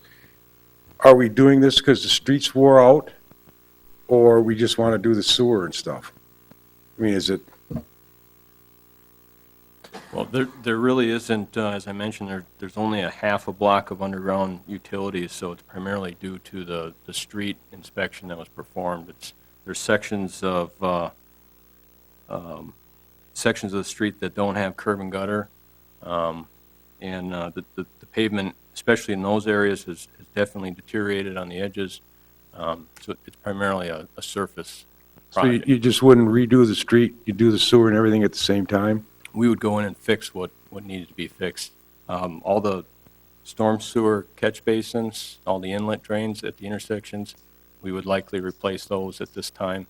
And then for the underground piping in the intersections, we would fix if there was any repairs that needed to be made, we'd take care of them at this time. Then the main that runs down the road, you change that too?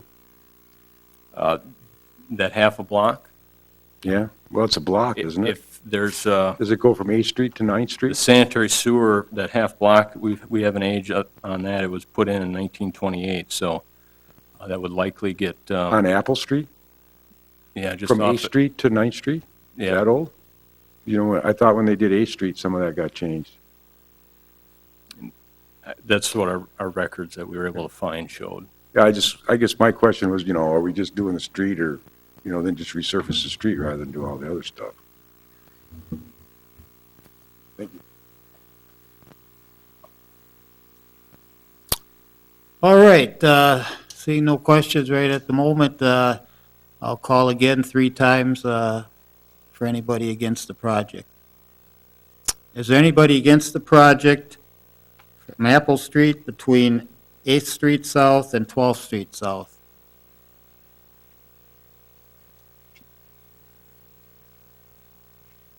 Yep. You want to, name and address, I guess. Yeah, well, if you can, that'd probably, yeah. Well, you can hear me. Okay.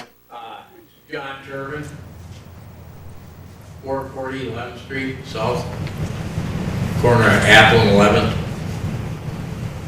11th. Wait another 10 years and I ain't here.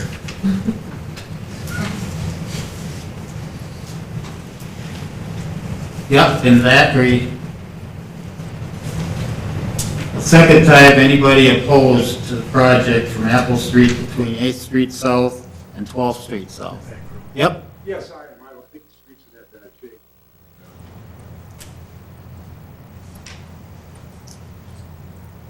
Third and final time, is there anyone that's opposed to the project on Apple Street between 8th Street South and 12th Street South?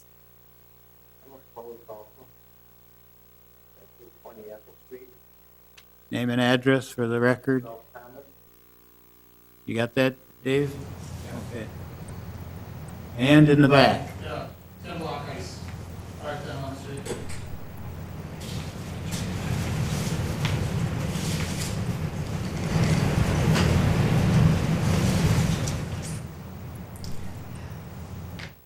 Anybody else opposed to the project?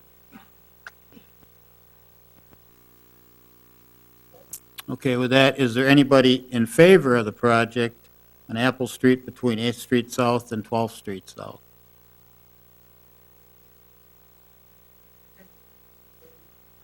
Is there anyone in favor, second time, of the project between Apple Street, between 8th Street South and 12th Street South?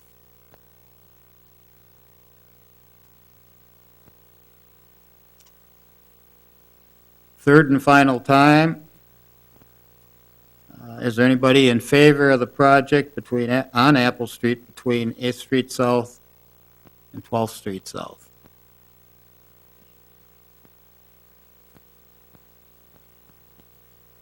With that, I'll end this portion of the public hearing and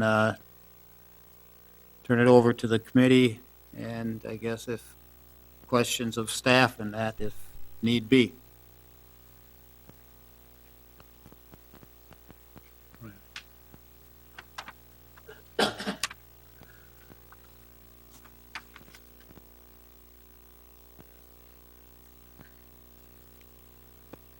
I just have a general question on sidewalks. Is the homeowner responsible for repairing those? Or who takes care of that? Yeah, the homeowner is responsible to make sure their sidewalk is in a safe condition. We send our city inspector around on sidewalks other than projects also to make sure that the sidewalk is in a safe condition, and the property owner is charged 100% of the cost to fix the sidewalk.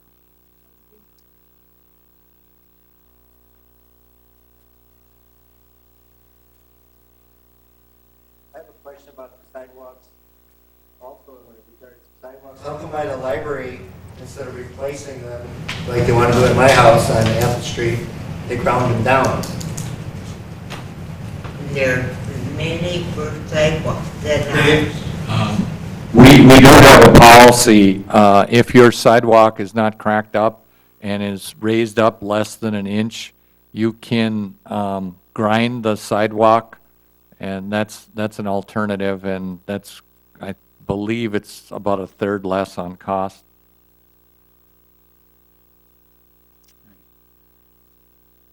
Committee, thoughts amongst ourselves here? I just think with the poor condition that it's in, and it has no, some of it without curb and gutter.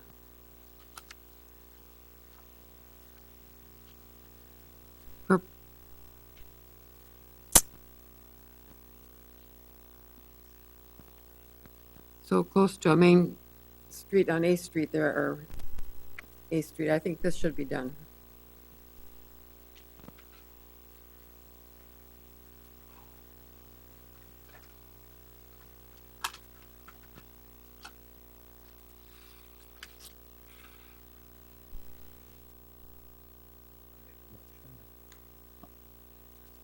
I'll make a motion that we do A Street between Apple Street between A Street and 12th Street, with the cost to be $294.466. I would second it. You repeat that? Couldn't really hear that. I would second it. Oh, I meant the first part. Marion, do you want to go over, I guess, what your motion was? Or Dave, do you have it down or anything? Or we'll have go over? I guess the motion to approve the project with the estimated cost, I don't have that in front of me, $294,466. $294,666.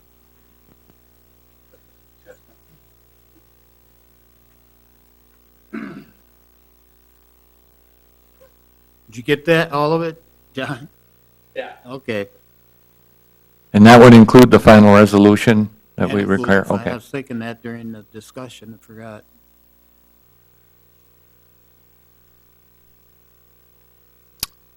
Okay, committee, if there's no other questions or anything, we have a motion to approve the project. All those in favor respond by aye. Aye. Opposed? The ayes have it. So we, again, that'll be put into the process of, well, it'll go to council in a couple weeks, so. And move on or whatever after that.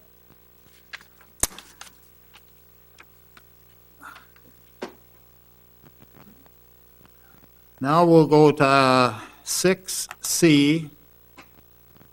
And that's the project, Apples, stuck on the apples, Chestnut Street, between 8th Street South and 16th Street South. We'll get to that project. So other questions here? before we get rolling, I guess, of who wants it, who doesn't. I'll take it. I'm Jim Natwick. I actually have 2 properties I'm responsible for on Chestnut Street. I've actually walked this area, and except for a few minor cracks in Chestnut Street, I don't see any big problems in Chestnut Street. I'm looking at my own 2 assessments, one of which, if assessed, accounts for like 20% of the property that is on Chestnut Street. I mean, it's a major deal to fix a couple of cracks. I have noted on my situation, they indicated a crack in the sidewalk, which is almost a perfectly vertical linear crack with no offset whatsoever, and they want to replace it. And it's almost like a saw crack. And I don't understand that. And I don't understand also why every single one of these properties on Chestnut Street has a 4-inch sanitary and storm lateral and a 1-inch water surface lateral at approximately $1,700 a shot for each one, probably on every property that is required. I have good 1-inch copper pipe into my house, and I have no problem whatsoever with a storm lateral. I don't even understand why the curb and gutter that has a 1-inch, has a little tiny crack where the water main comes in because of the city thing, they have to replace that and want to charge me approximately $700 to replace that crack in the curb and gutter. And why Chestnut Street is a major arterial in this street, in this city. It's one of 2 there. And you want to charge us, what is it, 20% for that arterial, when everybody on Chestnut Street probably drives that street once a day, when 500 other people drive that street every day. And I don't think we ought to be charged that much for replacement of that stuff on Chestnut Street. And if you look at Chestnut Street, I don't think there's anything the matter with Chestnut Street.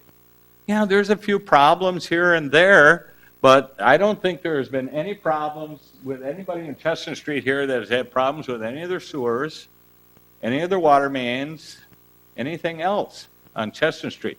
And I'm wondering why this Chestnut Street has to do it at all. I mean, I'm looking at a $10,000 bill on a $45,000 house on one of them. I mean, that's ridiculous.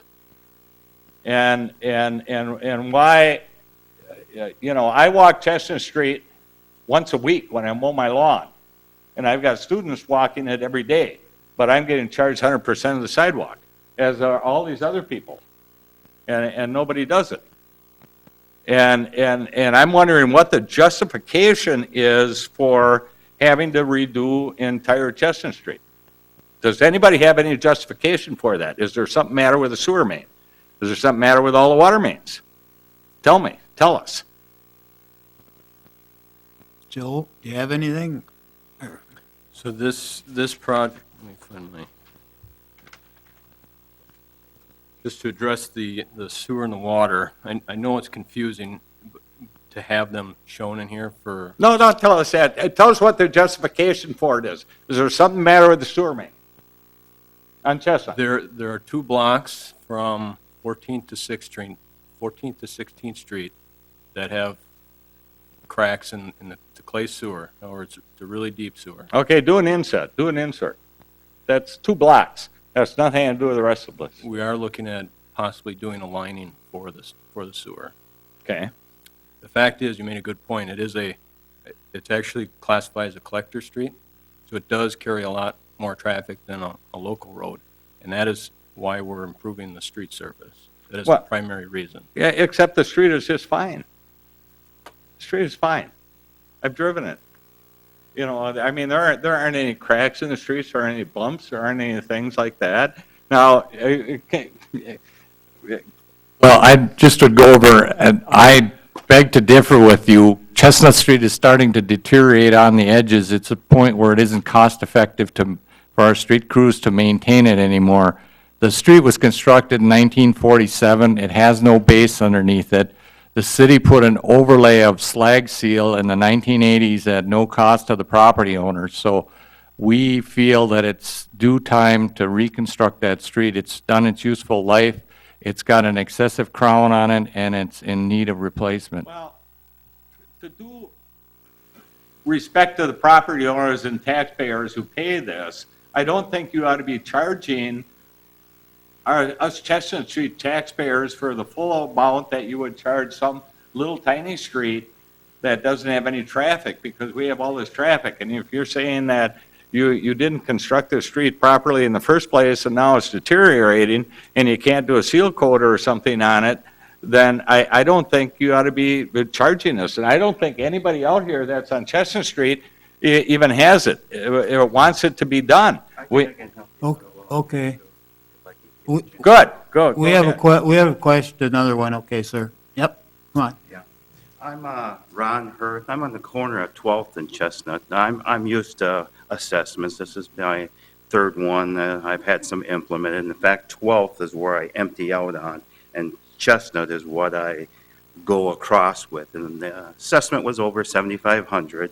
I understand there is a large crown on there, but I think what council doesn't understand is County Trunk W in 1947, now this is when the road was constructed, for a third of a century was County Trunk W all the way to 8th Street. All the way out to Lake Wazeecha. Chestnut Street was a county trunk. So on the initial assessment, there probably should have been about a 20% reduction. Now my 7,500 should have been about a 6,000, because you have to have a ceiling to have a quorum to understand what the true charges are. So that taken in consideration, the due diligence of finding out why the county and the state department didn't help the city when they took this designation of W and took it away within 20 years ago. It's less than 20 years. This road, even though it's 80 years old, is only 20 years to the street. So we have to understand why it was actually 6,300 cars a day in the 80s because of being a county trunk. So we'd like to have our assessments redone, and obviously this isn't slated till 2016 or 17 because the road isn't in too bad a shape, but the crowns and the edges are wearing. So I'm not a road expert. I'm an automotive engineer, so I can tell you the cars that are riding on it, but not the roads. But at least if they could take a look at that, do some due diligence of what can help the people that really, like I said, I dump out on Chestnut. I mean, 12th, I don't even access Chestnut. If you make that a cul-de-sac, I'd be happy. Well, yeah, I run into an additional problem here too. I asked the city, because of excessive speeds of the cars that were traveling Chestnut Street, if they could put a stop sign on 12th Street where St. Vincent de Paul School is. No, they couldn't, because it was an arterial. And yet you're asking us to pay for the same amount of money that for a road project on Apple Street, which doesn't go anywhere, but we're a major road. And all this stuff that, from my standpoint, if I were to walk through somebody and walk you through it or something, I see a thing on my sidewalk that's got one little lateral crack in it and no differential in height whatsoever, and you're asking me to change that and repair it. When, quite frankly, I happen to be a partner with a contractor in town. He was looking at these numbers and saying you can do them 30% cheaper for repairing the sidewalk.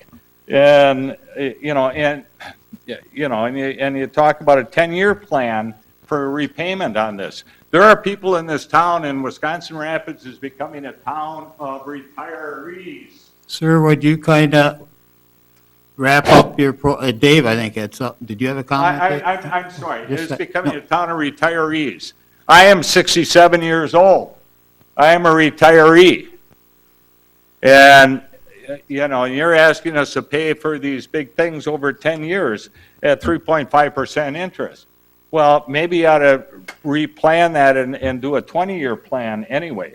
And 100% of the sidewalks, which most of us never even walk on our own sidewalks, everybody else does, I think maybe you ought to think about a little consideration on that. But I am totally against this. I don't think it needs it. And you're saying that you got a short section between 15 and 16 that needs maybe a new sleeve, but nothing for the rest. So why are we doing this? You know, we don't have any federal funds to do this, I don't think. And you're asking us as local taxpayers that pay enough taxes that's in this town to, you know, I'm looking at almost $20,000 worth of extra taxes on my two properties, one of which I'm trying to sell, and now I can't sell it because of this assessment. And I think, you know, you really ought to look at what really needs to be done instead of just making up projects for all of us out here on Chestnut Street, a major arterial that you're asking us to pay the same amount as somebody on some side street that never gets any traffic. And we're contributing to the whole city of Wisconsin Rapids, and you won't even let us slow down the traffic on Chestnut Street with a couple of stop signs. And believe me, it's bad sometimes. Okay. Dave, did you have a comment? And before I Yeah. call? Yeah, our, well, County W was on Chestnut Street till about 1995. So, well, that's 18 years ago, but we do have the policy that if a county highway is on a street, there'd be a 25% reduction in the street surfacing costs. So if the committee so desires, you could grant that. We don't have it on the proposed assessment sheets. We usually go worst case scenario, and then when we bill out, we provide the discounts, which would be automatic if the county highway would still be on there.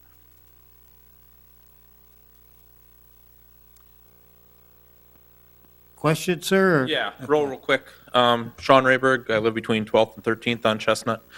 I spoke to Waterworks and Lighting because the Chestnut did not have any water main breaks really lately, and asked them the condition of that. And when speaking to them, they agreed that their water main seems to be in excellent shape, and had told us that they internally had voted against replacing any of the water main or any of the water leads. And I understand on your billing, you send it out with the highest case scenario, but is that something that you've been in contact with Water and Light and are familiar with, that they have chosen not to do that? And if they choose not to, my guess is then to dig down and replace the sanitary leads, you know, wouldn't make a lot of cost effectiveness decision either if most of it's in good shape.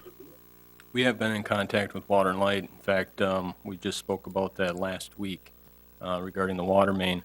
And sanitary, we're still looking at that as far as options. Lining is a possibility for this. It's 15 feet deep, gravity sewer. It is clay, so there's question if we do other utility work as far as what compaction equipment might do to that pipe. But, you know, if nobody else is doing, if Water and Light isn't going to do their water main, if we can do those spot repairs with a liner, that's always an option. So is that, though, when you spoke to them a week ago, is that your impression that they are not going to be replacing water main and water leads during that time? Correct. The water leads, it's, you know, in this case, they may all be copper. I'm not sure what type of water services they have, but in some cases, they would run across some old lead services or something like that they would go in and still replace those. Okay, and then the only other concern I have, and I understand you said you'll work with the foreman on the job and that, but, you know, especially for us, somewhere around the 11th, 12th, 13th Street, with the church being on the other side, once that road is shut off to dig it up and replace it, there is going to be almost no parking for anybody that lives there, even on the side streets, especially on a weekend when church is going on, or a Wednesday night with CCD. You know, I just think there has to be some kind of plan put in place ahead of time to realize that most of it is taken up with yellow or, you know, can't be parked in. And you leave on a Sunday you might not even find a parking spot within 4 blocks when the Chestnut's done, and you're taking away a lot of their parking. So, Right, we'll take that into account and work with typically when there's a school involved, we don't construct during the school year. So we try to do it on during the school year, during the summer sometime, and then we'll work with them on their parking. right, because there's probably 15 or 20 buses a day that park on 12th and turn onto Chestnut there, so, all right, thank you.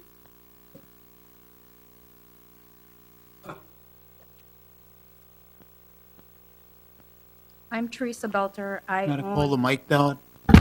My name is Teresa Belter. I own the property at 1310 Chestnut Street. I own a Cut Above Salon that's right on the corner. I have quite a few, I'm not for this, but I do have quite a few questions if it does go through. My first concern, again, is the parking. I have a very small parking lot, and if this does go through and people have to park on the side street, my customers have absolutely nowhere to park. My other question is, they also are going to do the storm sewer, and that is right on the corner by the stop sign on 13th and Chestnut. How far into 13th are they going to be digging so then I don't have any parking at all? Well, we don't have a design yet, but typically when we replace the storm sewer, we only go to the end of radius. We don't go that far down 13th. Okay, but I am right on the corner. Like right where the sidewalk is, my parking lot goes right to the sidewalk. So as they're coming around that corner, is my parking lot going to be no access as they're working on that corner? We'll have to work with you, because to put the catch basin in, it's usually a day project or a day or two. So in specific problems like that, bring them up to engineering if this gets approved, and during construction, we work with individual properties to make sure that we can do we have to reconstruct the road if it's approved, but we make every effort to minimize your inconvenience. Okay, and when they do the water, I'm very concerned about being able to have enough water for my business.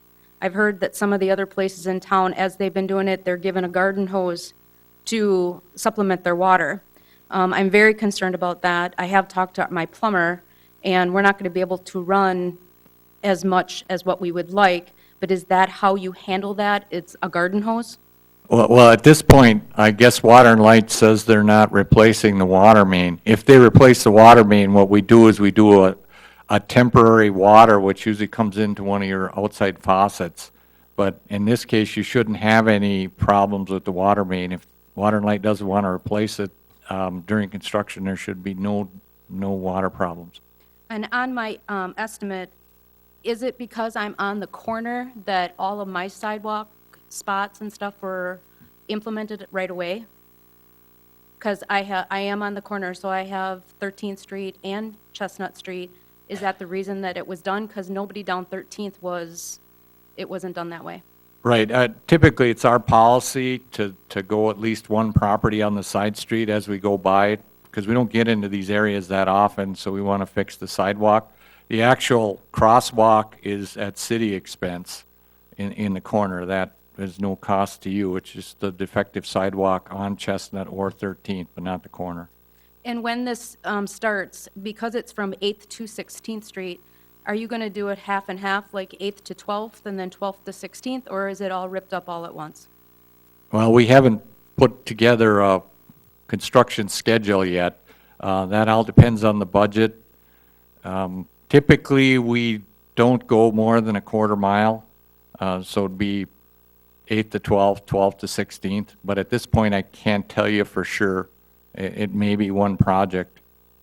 Especially if we're not doing any utility work, it may be more cost-effective for us to do it at one project a half mile long. And what kind of timeline are the residents and I given to make sure that I can let my customers know, especially with the situation with the church, that we'd be able to figure some way out? Well, typically about a month before we even go in there, each property owner gets a letter with my number, the city engineer, to contact me.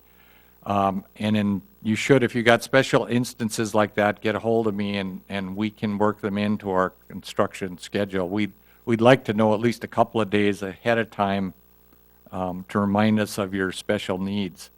Because there's a lot of property owners, and we'd like each one to let us know what your special needs are so we can work with you. So is that the typical way that the people that are in between the blocks and their driveways come off of Chestnut, that they need to park on a side street? Right, during construction, they need to park on the side street. Typically, there's no utilities other than storm sewer, so there should be a driving surface on, we don't want you to park on Chestnut, but you'd be able to walk through there. Curb and gutter, when that gets poured, that's about a week for curing in your driveways, and then when we pave the surface, it's probably a day or two that you're inconvenienced. The whole project, without underground utilities, could take a month to 6 weeks. And is it typical that you would try not to use that during the school year? Right, there's a school there, so we don't try to conflict with the school. We schedule when the school is out. Are people asked to park, like, is there a designated street for the people to park, or it's free for all?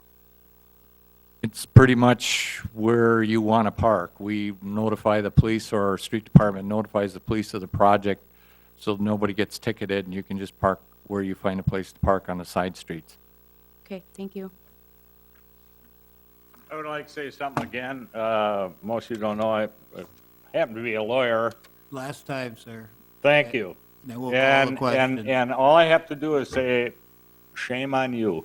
You don't know when you're going to do it. You don't know how you're going to do it. You don't know how much it's going to cost. You've done the total pie in the sky thing. And I think for the citizens of Wisconsin Rapids that you're dealing with, you ought to have a lot more concrete idea of what you're going to do. And I am totally opposed to this, and I'm totally opposed to how it's done. And, I mean, they're just saying, well, we don't know when we're going to do it. We don't know how we're going to do it. We don't know what we're going to do. And have a public hearing to try to explain and deal with all these citizens, I think, I'm sorry, I think you all be ashamed. David? I'd like to answer that. So we don't spend a lot of time on engineering design. That's why we bring these into public hearings. We want to be cost effective, so we bring them in as a preliminary design. We do have a cost estimate.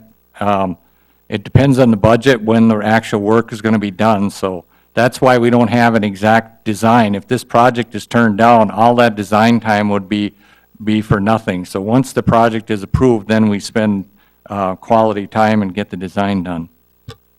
Thank you. Yes, ma'am? Hi, I live on 1541 Chestnut. I've got the question, you said it's a free-for-all if we can't park in our driveways because of the road tearing up and just park on the side streets for the time being or whatever. I've had our cars rifled through several times. I've had my car tires slit within the last 2 weeks. That's during the daylight.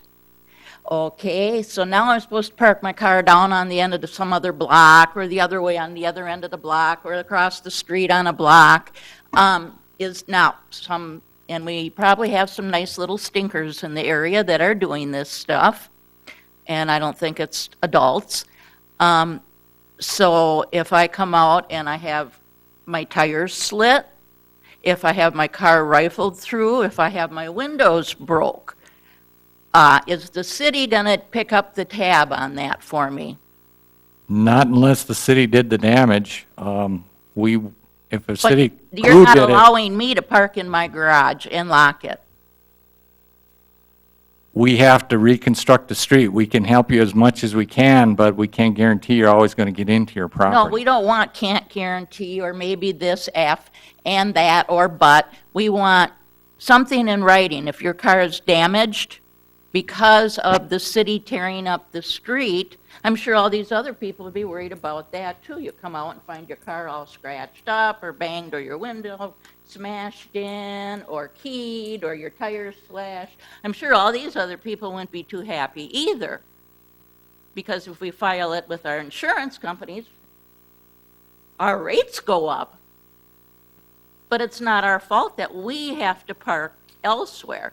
And again, Chestnut was County Trunk W, and I think we're being charged as a County Trunk W. We're no longer a County Trunk W, the expressway is.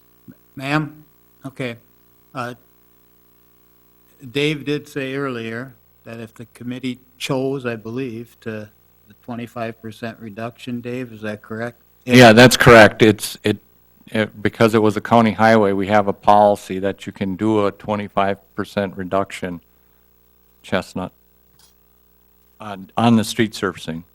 Will the street be narrower? No, the street's planned to just be constructed in the same Because we have width. parking on both sides now, like a county trunk. But now, if we're no longer a county trunk and we're just Chestnut Street, like Apple Street or Plum or whatever, just a plain street, will we lose? Well, typically, a county road doesn't have parking on it. This is a city street, and we're not going to narrow it at all. You'll have what you have now. And what, okay. Hi, my name is Jen Rayberg. I live at 1441 Chestnut Street. And I just had a couple concerns with first the, replacing of the storm sewer and some of the cost, I guess, maybe only my area is possibly going to get really torn up. And I guess my concern more is just the cost of the overall project. Most houses on that road aren't actually worth a lot, the houses themselves, and the amount that this would cost is a huge, like you had mentioned, a huge percentage of what your house is even worth. And my other concern, I would hope that you would put the 25% reduction on that to help with the cost. And of course, now I got up here and I forgot my other thing. But I would just hope that you would consider it. The road isn't in terrible condition. It's not great, I will admit it, but I would hope that we chose not to do the sewer and as well as the water had been talked about. So I guess that's my concern is, that it's a busy road and that we're paying for it all. Thank you. Thank you. Now, I'll call 3 times for people that are opposed to the project. And again, to state your name and address. Is there anyone opposed to the project?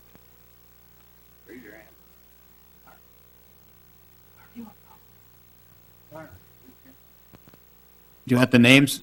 Yeah, we need the names, everybody. Jim that way, Ma'am in the back? and John that way. Yes, your name again? Teresa Belter, 1310 Chestnut.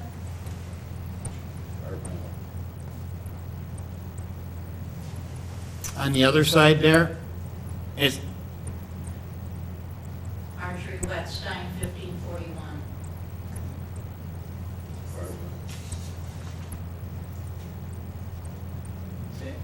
second time, is there anyone opposed to the project? And that is Chestnut Street between 8th Street South and 16th Street South.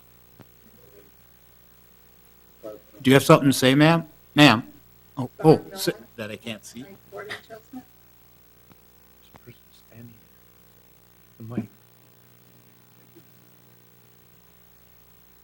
Do you, at the mic there, do you have something? Yes. I want to thank the council for meeting with us and going through all our questions. I know it's been a tough room tonight.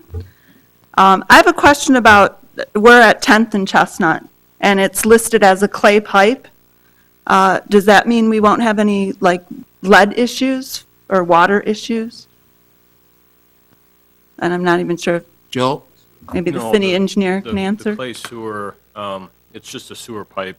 I'm not sure what, So we won't have to hopefully worry about any lead getting into our water supply, our drinking No, water? The water main is likely a cast iron pipe, so they didn't use lead for any of those. Well, that's I'm not good. sure on the water services. I know some people have mentioned a copper water service, which, completely fine with those. If they do find or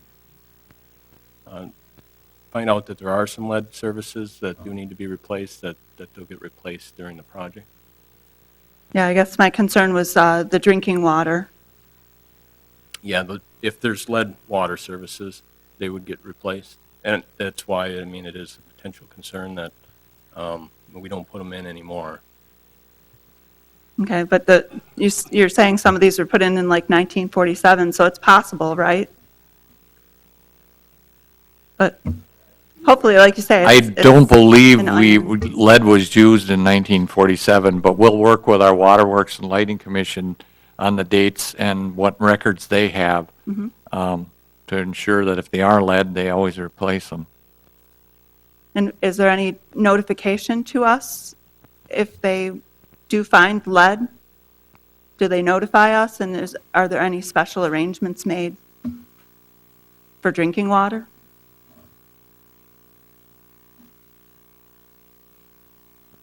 Well, usually if they do find a lead service, they can get in and replace that within a matter of hours. So usually they don't provide any temporary water for that. As far as for health notifications, I don't believe they do. They just they'll go in and replace it. So they won't like tell you to run your water for 3 to 5 minutes, or Not that I know of. there's no. No, and what I've understood from lead, after a while, it gets coated and on the inside from, it isn't a Sludge. hazard. Okay.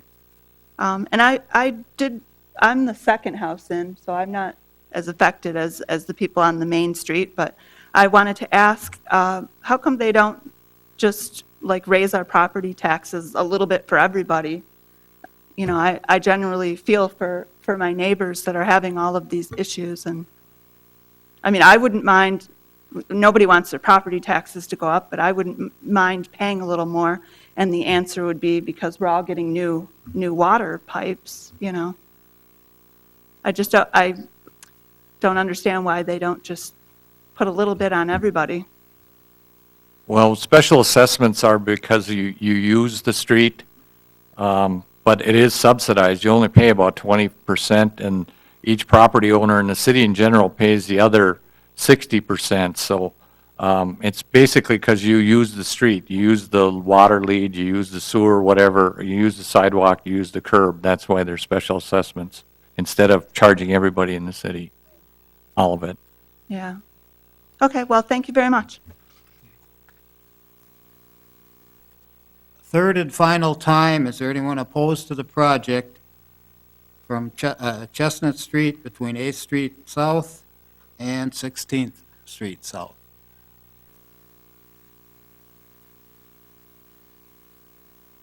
Okay, is there anyone in favor of the project from Chestnut Street between 8th Street South and 16th Street South?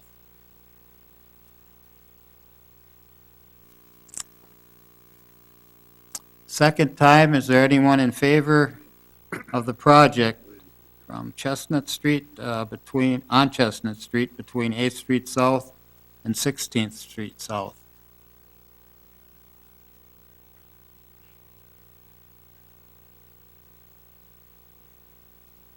Last time, is there anybody in favor of the project? Chestnut Street between 8th Street South and 16th Street South.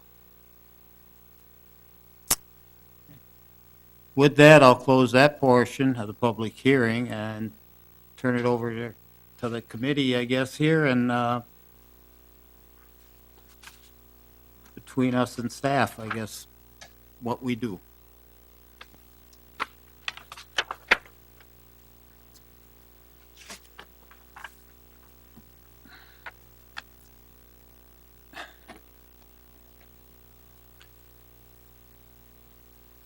There hasn't been, maybe a lot of favorable comments from the audience, but, there's still, I think, there's, and not necessarily in favor, would I say, but hopefully your questions have been at least answered. I think that it seemed like that some of you were maybe more at ease by hearing the answers here. I think if this were to move forward, that for us to give serious consideration to the 25% reduction, because when it was W there.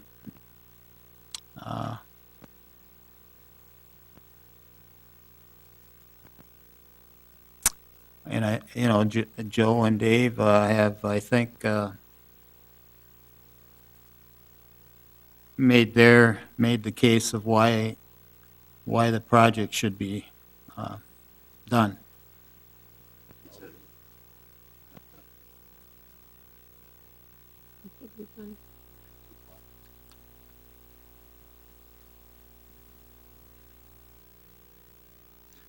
Yeah, and yeah,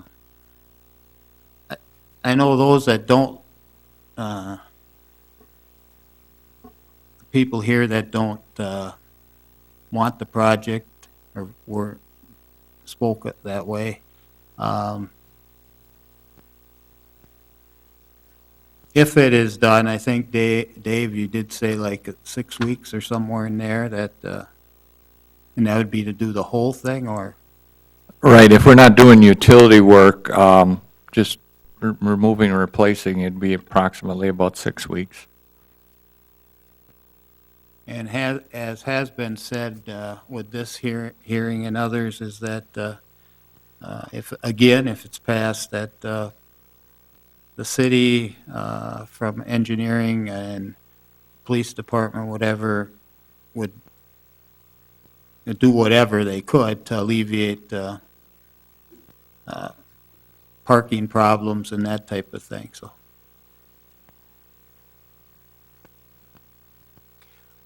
Well, it seems to me, I guess it's done, it should be a consideration of the 25%. I mean, I don't know why that should even be a discussion, because if it was a county road, it should be adjusted accordingly. So that's, to me, it's a no-brainer. And there's so many variables here that I'm hearing tonight that I just, I feel it should be done, but then I'm thinking, when should it be done? Is it water and light and utilities? Should we delay it in conjunction with what they're doing? Maybe I'm confused on that, but it seems to me there's too many issues that that I feel comfortable in voting it through. But I don't know if you want to comment, Dave, or? Well, I guess right now, checking with Water and Light, at the present time, they feel their water main is in good shape and it won't need to be replaced. The sanitary sewer, except for a couple of blocks, it's a clay sewer. We can line it. It's a deep sewer. We won't be replacing it. It's more cost effective to line. The storm main, I believe, is in good shape, but the catch basins are always replaced and the manholes are repaired and the catch basin leads, because the original construction was 1947. So where we are right now is we're proposing to reconstruct the street and replace the catch basins, and that's where we'd be. So in the future, down the road, there won't be any construction regarding utilities, you know? Right, we try to make sure that everything underground is in good enough shape to last the life of the street, which is typically 30 years.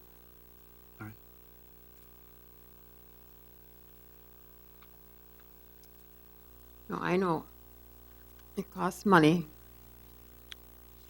but I still think for the value that you get for the street, your water and your sewer and your curb and gutter and everything, we're trying to get the city back in the condition that we can be proud of it. We have to start somewhere. Regardless of where we go, there'll be people that are concerned about how much it's going to cost them. We've done this for years. We've done a few streets each year and try to get the city back where it looks as a decent city. I know we're retired. I'm also retired living here in the city. But I still think we have to do things to improve our city regardless.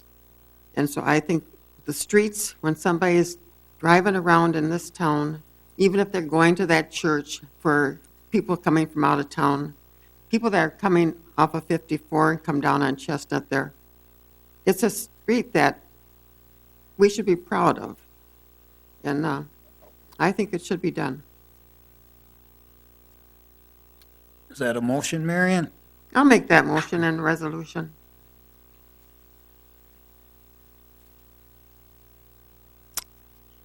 I'll second it to move it along, I guess.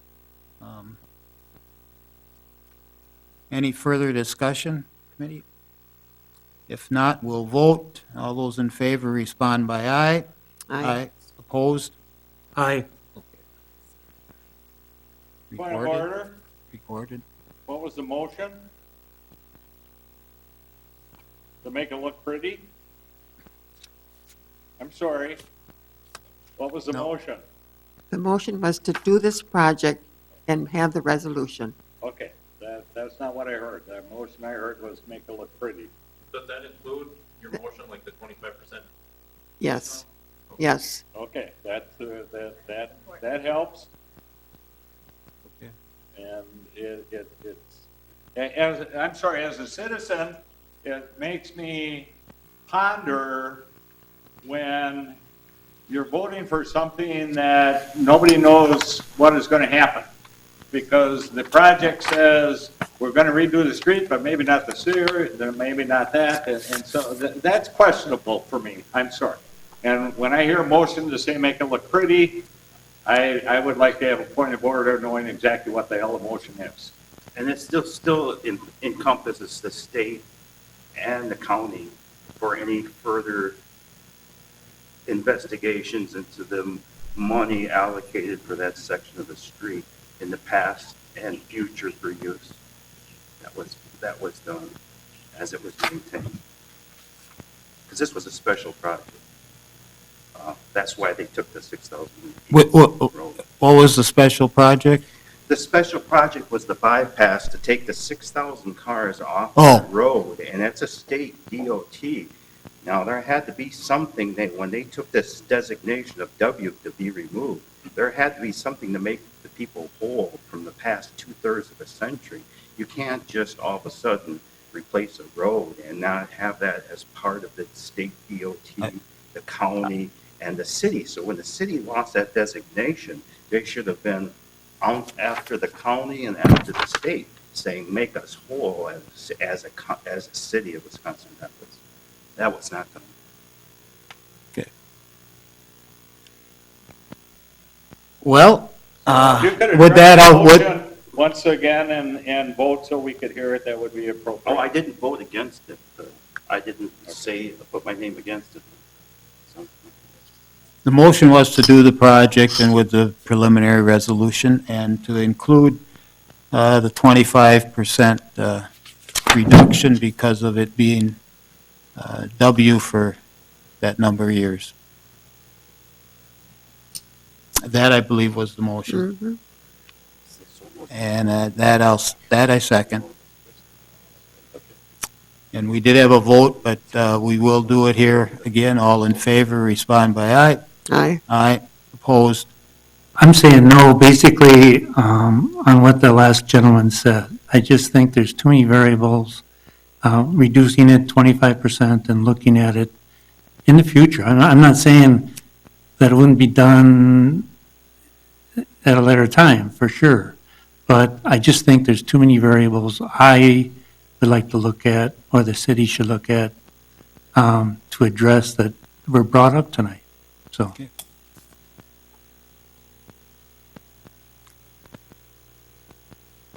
That's a 2-to-1 recommendation. That's what'll go to the council in 2 weeks, and we'll see what happens. You're all invited to attend if you want to. The council meeting starts at 7. Will there be another notice then? Dave? No, the only individual notice that you receive is for the public hearing. The notice for the council is published in our paper. You mean the paper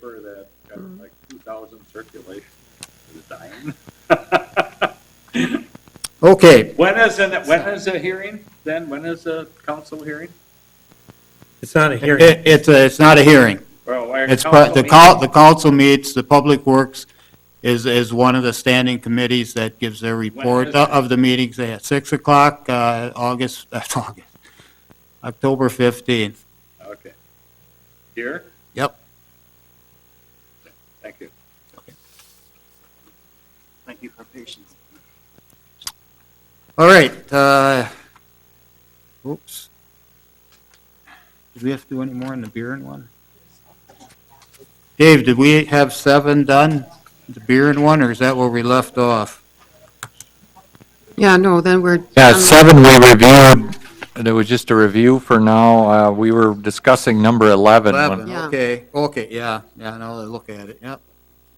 Okay, we're back to that item 11, and that's reviewing and consider recommending approval of the state municipal agreement for a highway safety improvement program project to relocate the left turn lanes at 8th Street and East Grand Avenue and change the intersection into a traffic actuated traffic signal. Estimated cost just about $496,000, with a local share $49,592.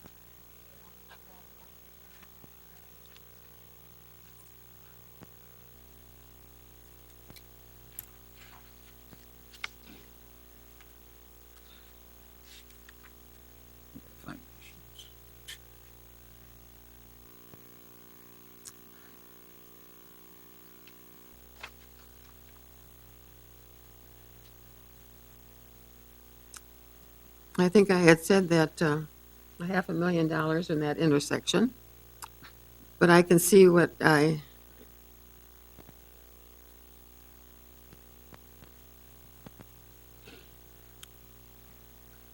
with the actuary traffic signal system there, that improves it.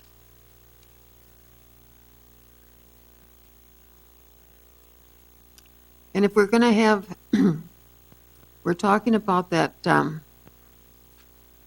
roundabout by the library and that too, leading up to there, right? That's the plan. Yeah. This intersection would probably be, construction would be incorporated with East Grand Avenue. We're hoping to get funding to reconstruct the rest of East Grand Avenue right around the same time period. Right, yeah. No. I'll make that motion to approve the Highway Safety Improvement Program on 8th Street and East Grand Avenue. I'd second it. Any further discussion, committee?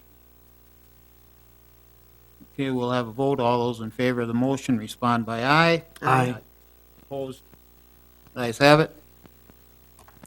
Item 12, review and consider recommending approval of a state municipal agreement for a highway safety improvement program project to change the left through lane on 8th Street South and Chestnut Street to an exclusive left turn lane on 8th Street and change the intersection into traffic actuated traffic signal system.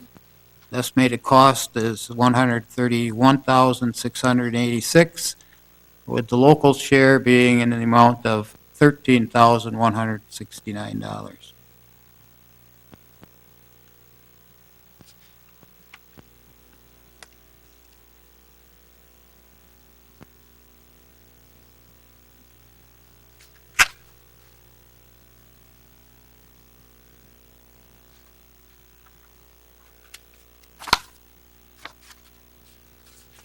I'll make the motion then to approve the state municipal agreement for the Highway Safety Improvement Program for the left through lane on 8th Street.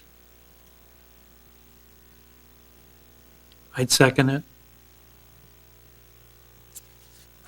Have a motion, a second, to do the project on 8th Street, the intersection of 8th Street and Chestnut Street. Any further discussion? Hearing none, committee will vote. All those in favor respond by aye. Aye. Opposed? And the ayes have it. Item 13, amend the through streets due to the signing plan updates at the following locations. It's Alton Street at its intersection with 16th Avenue South, and removing 15th Avenue South. And in there, the rest of it is 13th Avenue South. A note here is the city of Wisconsin Rapids must replace all of its traffic signs that do not meet the present reflectivity standards by June of 2014. Therefore, it's cost effective to remove any signs that are no longer needed. Dave? This one is to actually, it was an unusual condition they found where we don't typically put a yield sign on a T intersection. And so what we're recommending is that be changed to a stop sign. 15th Street tees into Alton. And we're recommending changing that from a yield to a stop condition. Okay. I'd make a motion to change the signage. I'll second that. Any further discussion, committee? Hearing none, we'll vote. All those in favor respond by aye. Aye. Opposed, the ayes have it. Item 14 is to review the proposed 2000 Public Works project schedule.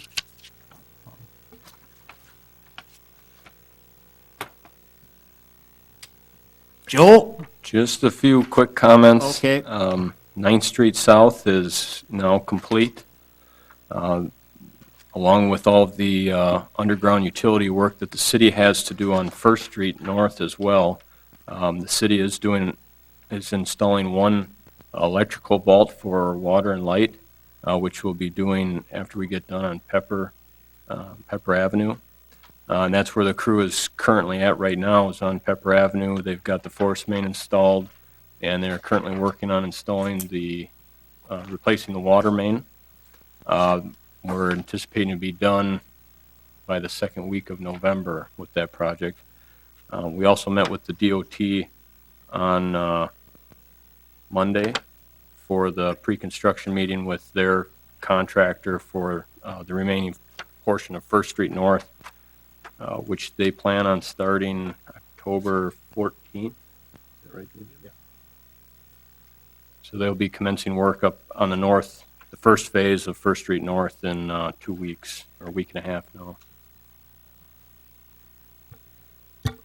Any questions by anybody?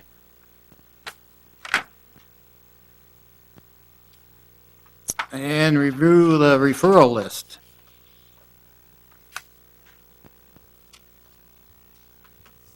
Got an extra one, Dave? I'm gonna have to run up quick. Okay. Apparently they didn't get put in the packet for some reason. I was can't hoping I was find the only mine. one that was missing, I guess. Yeah, I'll be right back.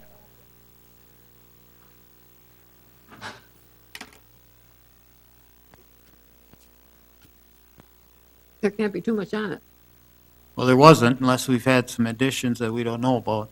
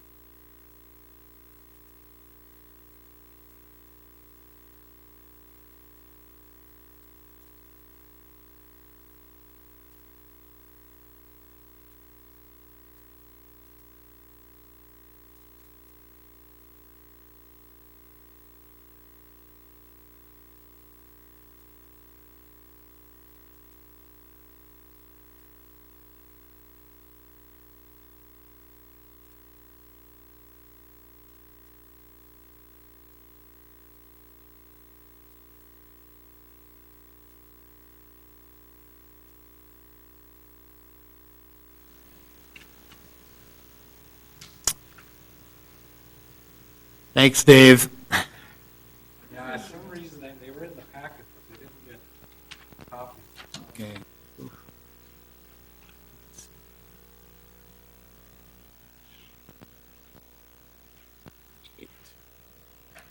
Item number 8 of 2013, that's the concrete driveway over on 12th Street, up on 12th, 1110 12th Street South, north. That can be taken off. Yeah, that should, Yeah. 9 is a request, the one from Dave Ramsden about the width of the driveway for variance. Well, I guess part of it can be taken off, but we left the ordinance part of it to study the width, if we should change it or not. And that's still there. 11, and that was the request at the start of the meeting from the Snowdrifter Snowmobile Club to change their route, which we did approve. And 12, that was the referral to have scouts do some stormwater stenciling around First English Lutheran Church. So I think those 3 are it that can be taken off of our list. Okay, got that? Or I Dave? contacted Paul Gross, he sold the building, so that can be taken off. Okay, 4 of 2013. All right.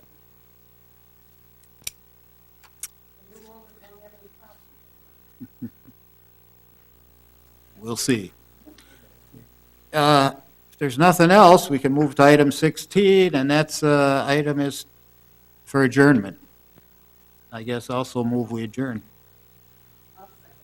Motion to second to adjourn committee. All those in favor respond by aye. Aye.